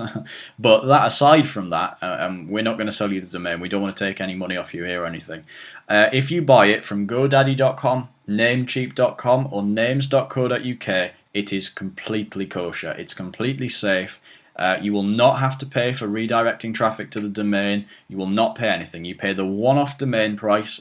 Trust me, I own 460 domains, and all of them are using this system. So if you buy it from GoDaddy.com, Namecheap.com, or Names.co.uk, I have personally vetted them, and they will not charge you for redirecting traffic, and they are all safe. So I really strongly recommend that you do it this way. Buy it from GoDaddy, Namecheap, or Names.co.uk. And once you've got it, we'll set up your hosting and we'll show you how to point the traffic across, and they will not charge you for pointing that traffic across. I 100% promise you. So that's that. Keith said, oh, hang on, Donna says, will all of the webinars be over 2 hours? I need to know how I should plan my time on the days of the webinars. To be honest, we don't know because we've never taught this program before. This one was... I can imagine they will be in the rounds of 2 hours. I imagine that, yeah, they will be about 2 hours long, but I can't guarantee it. You know, there may be one that could be 6 hours long for all I know. I don't think they will, but there could be. You know, the important thing is, I don't care how long these webinars last, as long as I can teach you everything that I need you to know. I really don't mind. So yeah, but probably about 2 hours, I reckon, because things always take a bit longer than I planned. And Keith says, in the process of what we're doing with the first product, what about choosing a physical product? If you want to choose a physical product, you can, but I'd probably recommend you don't for the first product. I did actually answer that, but basically you can, but profits would be slightly less. But we'll cover that next week, as well as how to get the fulfillment outsourced, etc. So you don't have to do any additional work. We are going to talk about doing physical products next week, although what I'm going to do is talk to you about the fact that you probably should do a digital product first, because it's cheaper, it takes less effort, you don't have to faff about with fulfillment and all the rest of it. Although you can get everything done print on demand, I strongly, I 100% recommend that you do a digital product first, just to keep things down. Cool. And Donna says, information is great, I don't mind the time, I just need to plan around them. Alright, cool. So that pretty much brings us to the end of this webinar. You now have your homework. Your homework between now and Sunday is to study this webinar when you get it in a couple of days, study the training videos when you get those in a couple of days, and then you need to choose a niche, a name, buy a domain name, and contact us to set up your web hosting if you don't already have it. Of course, if you do already have your own web hosting, feel free to get your hosting and get your domain with them. If you want to use the free one we've set up for you, just let me know and we will do that for you. So, with that said, we've now been going for like 2 and a bit hours, like 2 hours and about 15 minutes. It is time to wrap up this webinar, but as promised, if you have any questions or anything that you want to know, please do ask your questions now. If there's anything we haven't covered about specifically, not about the system in general, but about what you've learnt today, so about choosing a niche, about naming your product, about getting a domain name. If there's any of those things that you need questions answering on, please let us know. Donna says, just because I'm like OCD about this. Some people think a week goes from Sunday to Saturday. I think they go from Monday to Sunday. So therefore, the slide saying "see you next week" it's kind of lying, because we'll see you this Sunday, as far as I'm concerned, the 12th of August. At the times Rob said earlier. But if you're one of those people who think the weeks go from Sunday to Saturday, then we will see you next week, but it'll still be Sunday the 12th of August. Yeah, there you go. So I actually meant see you next module, but I was obviously tired when I typed that slide. Donna says, I am happily surprised at the depth and quality of information you've presented today and the professional, clear and concise way in which it's been presented. Thank you very much. I'm a bit new to hypnosis, very new to internet marketing. I look forward to the success I anticipate using your step-by-step instructions. I'm also looking forward to the next and each remaining session. Thank you for a very enjoyable and informative experience. You're very welcome, Donna. I'm glad you've enjoyed it. David says, please keep it a little shorter next time. I had to start work in Melbourne, Australia. As I said, we wanted to cover everything. Donna says, clear and concise in the way in which it's being presented. Keith says, as always, top marks, fella. Right, Steve has a question. If you bought web hosting with one company, but next year you want to move to a different company, are you free to move your material or are there ties? This will vary from web host to web host. If you take our web hosting, you are free to move it to whoever you want. If you want to renew with us, you can do, and we'll give you a really good price on that. Or rather, if you want to renew with our web host, the one we've negotiated, you've got 12 months free. If after 12 months you want to go elsewhere, you're more than welcome, and we will actually move your entire business for you. We will move, if you buy a new web hosting package with someone else, we for free will transfer everything across for you. No problem at all. There's no obligation. We've included this as part of this program. That's that. Other web hosts, if you went with some random web hosting company that I've never heard of, and there are thousands of them out there, if you just go and Google the word web hosting, you'll see how many there are, tens of thousands of them. There are companies in the small print of your contract will tie you down, and they'll make it very difficult for you to get out. You might have to buy your way out of the contract. So most of them don't, most of them are fine about it, but it is worth checking. You can move to a different web host if you want to, and George says, yes, very precise. Thank you, George. Glad you enjoyed it. Hopefully that answers your question, Steve, about web hosting. If anyone else has any other questions, David says, thank you, smiley face. If anyone else has any questions, just go ahead and type them into the questions box, and we will answer them as best as we possibly can. Again, preferably about the stuff that you've actually learnt today. We'll just give people a few seconds to type any questions they may have. Jared says, thanks for a great seminar, so easy to follow. I have a question. What do you recommend about making sure to give this stuff priority when the busy stuff of life pulls my attention or procrastination? Use self-hypno. Well, hell, there's a product right there. How to beat procrastination. There are some important kind of priority tactics, and that is, there's a couple of tips I can give you on that to make sure that you get stuff done. Number one, there's an old saying which I nicked from a business coach called Mike Littman, and he always says, and I might get the quote slightly wrong, but I'll get the gist of it right. He always says, don't get it right, just get it going. And this is a philosophy by which I've always lived my life, and that is that when you're doing anything in life, stuff doesn't have to be perfect. It just has to be good. It has to be good enough, but it doesn't have to be perfect. It's better to get something good that's up and running than something that's amazing but takes you a year to get up and running. So just get stuff done. Actually take action on things and get stuff done quickly rather than spending hours over it. That's the first thing. If you spend hours over it, you're more likely to get bored and therefore procrastinate and do more exciting things first, like check Facebook and hang around on Skype. Secondly, I recommend that whenever you're going to work, you close Skype, you close Facebook, you even disconnect your internet connection if you don't need it, and just work, just purely work on things. When you're working, I recommend that you work in 60-minute chunks, so work for 60 minutes doing one particular thing, and set a timer, set a stopwatch that will go off after 60 minutes, and then go and have a 5-minute break, have a cup of tea, and come back and do another 60 minutes. Or what, you know, obviously it depends how much free time you've got. If you work from home and you're free all the time, you can do that. If you only have an hour a day, then you might want to work for half an hour, then have a 5-minute break, and work for another half an hour, or work for 60 minutes solid and then break.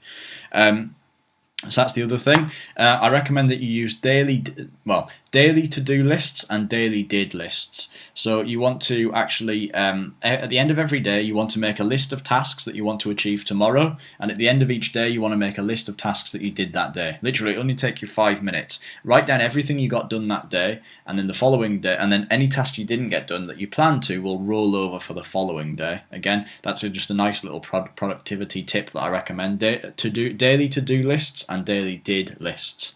I also recommend it if you find yourself spending lots of time doing stuff and not getting anything done. I recommend that you make a full journal of everything that you do every day. So literally say, woke up at 9 o'clock, had breakfast, which took half an hour, had a cup of tea, which took 5 minutes, had a bath, that took 20 minutes, got ready, that took 10 minutes, checked Facebook, that took 20 minutes, checked my emails, that took 5 minutes, opened PowerPoint to make a product, that took 2 minutes, check Facebook again, that took 20 minutes. And if you actually journal everything you do in your day, and literally all I mean is grab a piece of paper and scribble it in your scrawliest handwriting just so it's very, very quick, you'll actually work out what you did. You can actually look at that and work out what was wasted effort, what didn't achieve anything. So checking Facebook 6 times didn't achieve anything. So now you just make sure that in future you avoid the temptation to check Facebook. With regard to your emails, check your emails twice a day. If nothing's that urgent, check it once in the morning and once at the end of the day, and that's all I do. I only ever check my emails twice a day unless I'm specifically looking for something. And if I am specifically searching for something, I'll log in, I'll look for that. I won't read any fresh emails. I won't read any new incoming emails. I'll just skip them and come back to them at the end of the day. So I recommend those are my kind of main productivity tips, because that's what this is all about. Procrastination is just the enemy of productivity. But if you're not productive, you can't be profitable. So I recommend that you work in short 60-minute doses. I recommend you shut down Facebook, Skype, email, anything that's distracting. I recommend that you use daily to-do lists and daily did lists. I recommend that you journal, and only do this if you find that you're wasting loads of time. If you find that you're working for 6 hours but only getting an hour's worth of work done, find out where you wasted the other 6 hours. And you can do that by journaling everything you do in a day, and then you'll be shocked when you realise how many times you went on Facebook, or how many times you opened Skype, or how many times you had a cup of tea and checked your emails. So those are my favourite kind of productivity tips. Jared says, thank you so much. Donna says, is all of the audio from these questions recorded? Yes, all of it's one long thing. Literally the very, very beginning of the webinar from Jonathan's introduction through to the very end of this questions. The very second we say goodnight and shut the webinar, that will be on. Keith says, procrastination is the thief of time. It is indeed. Can I just point all of those are awesome things for people to use. One that I would add in there is that's great for analysing, but you need the carrot that goes in front of the donkey. Real burning desires. That it doesn't become light work, it becomes a pleasure and a joy. Then it becomes a case of you actually want to do these things, not a case of trying to find time, because the hypnotist, we know if you try to do something, you're less likely to do it. So, perhaps this week before Sunday, go on the internet if you've got a printer so you can print out stuff. You can use the internet for this. If not, go and buy some magazines or get free catalogues sent to you that are relevant. And, get pictures of the car. If money was no object, imagine you've won the lottery, you've got, or more to the point, you've got numerous of these different sites up and running, and you're raking the money in. There is no barriers. Okay, let your mind run wild and think, what car would you want? Print out a picture of that. What kind of house would you want? A mansion. Print that out. What country would you want to be living in? Print out a picture of that or get a brochure picture. What kind of clothes would you ideally be wearing? What sort of jewellery? Get pictures of everything. Get a coat board, have it on a notice board that is on the wall above where your laptop goes, where you would be, where you could get distracted. In the past, you may have got distracted and ended up on Facebook. But then you can look up at this board and go, you know what? You'll see all those images of what you want, what your desired future is. And immediately that sends a strong positive message to your head of, you know what? Being on Facebook isn't going to help me get those things on that board to become my reality. And that will give you the kick up the arse to get back in the loop and doing the things that you need to be doing, that you know you should be doing, but because then you'll actually want to be doing them, and that's the key, you'll want to be doing them, you'll have that inner desire within, then you'll find you are doing them. The question I always ask myself, if other people ask you to do stuff, favours them, remember, they're actually stealing your time, they're potentially stealing your life, and you're potentially stealing your future. And your money. Before you do anything, just let me finish with this, before you do anything, you should always ask yourself this, will my next action move me closer towards or pull me further away from my ultimate goal of, and then fill in the blank, whether that ultimate goal being having a Bentley Continental within the next 6 months, whether it be living in a house 5 times the size within 12 months. Everything is achievable and possible when you set your mind on it. Focus with vision, with images, because the unconscious, subconscious mind works on images and it doesn't know the difference between what is real and what is imagined. So seeing an image and it being taken in consciously, your conscious mind goes, yes, that's what I want to have, but your unconscious sees it as, I've got to have, and it activates your reticular activating system of the brain, which is that part that, you know, when you buy a red car, for example, you go out and you're driving in it and suddenly you see every man and his dog's got a red car. It's not that there's more people with red cars, it's just it means more to you then, so your brain has become more focused and aware of all the red cars. In the same way, having those visual reminders will make you more focused and aware of the opportunities, even if that's just a case of your mind automatically becoming programmed so to give you the positive psychological kick up the arse that when you awaken each morning, you've got that inner warm glow confidence, that renewed optimism to life, a more positive attitude to actually do something. Because when you do something and take action, results occur over a period of time. If you do nothing, guess what? You get nothing. Back to Rob. Cool. So, just for Jonathan and the other OCD folks, I've changed that now, so it no longer says see you next week, it now says see you next module. I feel so much better. See, a weight's been lifted off Jonathan's shoulders. So the next module, just to clarify, and again, if you're watching the recordings of this in 12 months' time, this is irrelevant. But if you're live on the calls with us, the next module is the 12th of August, which is this coming Sunday. It's 1, 2, 3, 4, 5 days' time from now. And we'll be looking forward to then, and we'll be talking to you about making your product. So your homework for this week, just to recap, is to watch through all of these videos when you get them in a couple of days' time. So watch your email address that you've registered with us, as I will be sending you an email with your username and your password. If you haven't had that email within 72 hours, then email us and ask for it, because it might have been gone to your spam box or something. You should get it, but if you don't, contact us and we'll send you it. Probably within... I'm going to reframe what you've said there, Rob, because for some people, some people listening to this will have deep-rooted, even though they're not aware of it, negative anchors in their life to the phrase homework. Okay. Going back to school days and stuff. So don't so much think of it as homework. If it suits you better, in fact, believe me, this will suit you better. Just think of each of these modules as one very important brick. And each of those bricks needs to be laid down with the correct cement, locking it positively in place.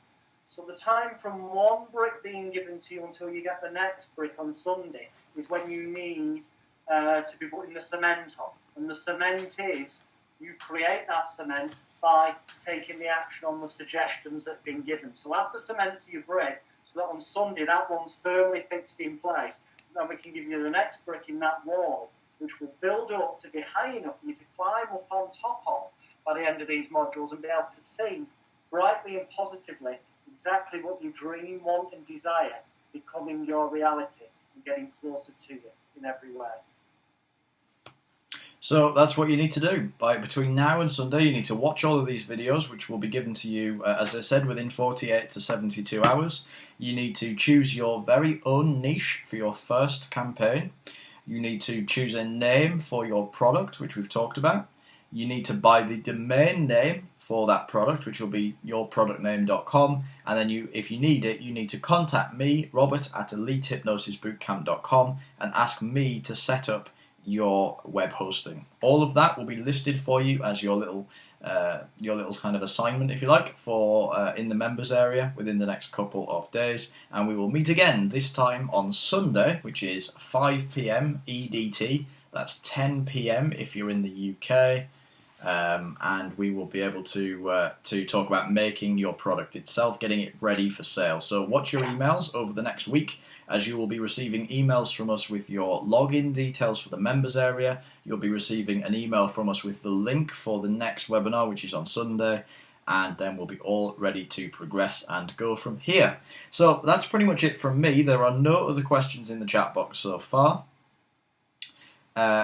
Keith says, thanks again, guys. Good night. Unless Jonathan has anything else to add, we can wrap up this webinar. Not on this module. I'm sure I'll have more to add next week. Cool. And hopefully I won't have a power cut then, so I apologise for that again, guys. No worries. Okay, cool. Guys, if you've enjoyed this call, please do go ahead and let us know in the questions box. If you'd like to give it a star rating out of 5, that would be great, because we'd love to know. We'd love to hear your feedback and make sure that this is going in the direction you folks would like it to go in and keeping things fresh. Good. George says awesome, 5 stars. Jared says 5 stars. Cool. Everyone's saying they really enjoyed it. 5-star lad, top notch.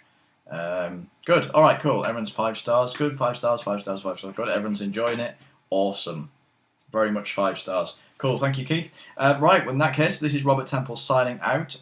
We will wrap up this webinar and we'll look forward to speaking to you on Sunday of this week. When very excitedly you'll put that cement on those bricks, and remember, as you're buying the domains and you're coming up with the ideas, remember that each of those actions you should be really proud and excited about, because each of those actions is bringing you close to the point where you can go to bed, wake up in the morning and have thousands of dollars in the bank you didn't have when you went to sleep.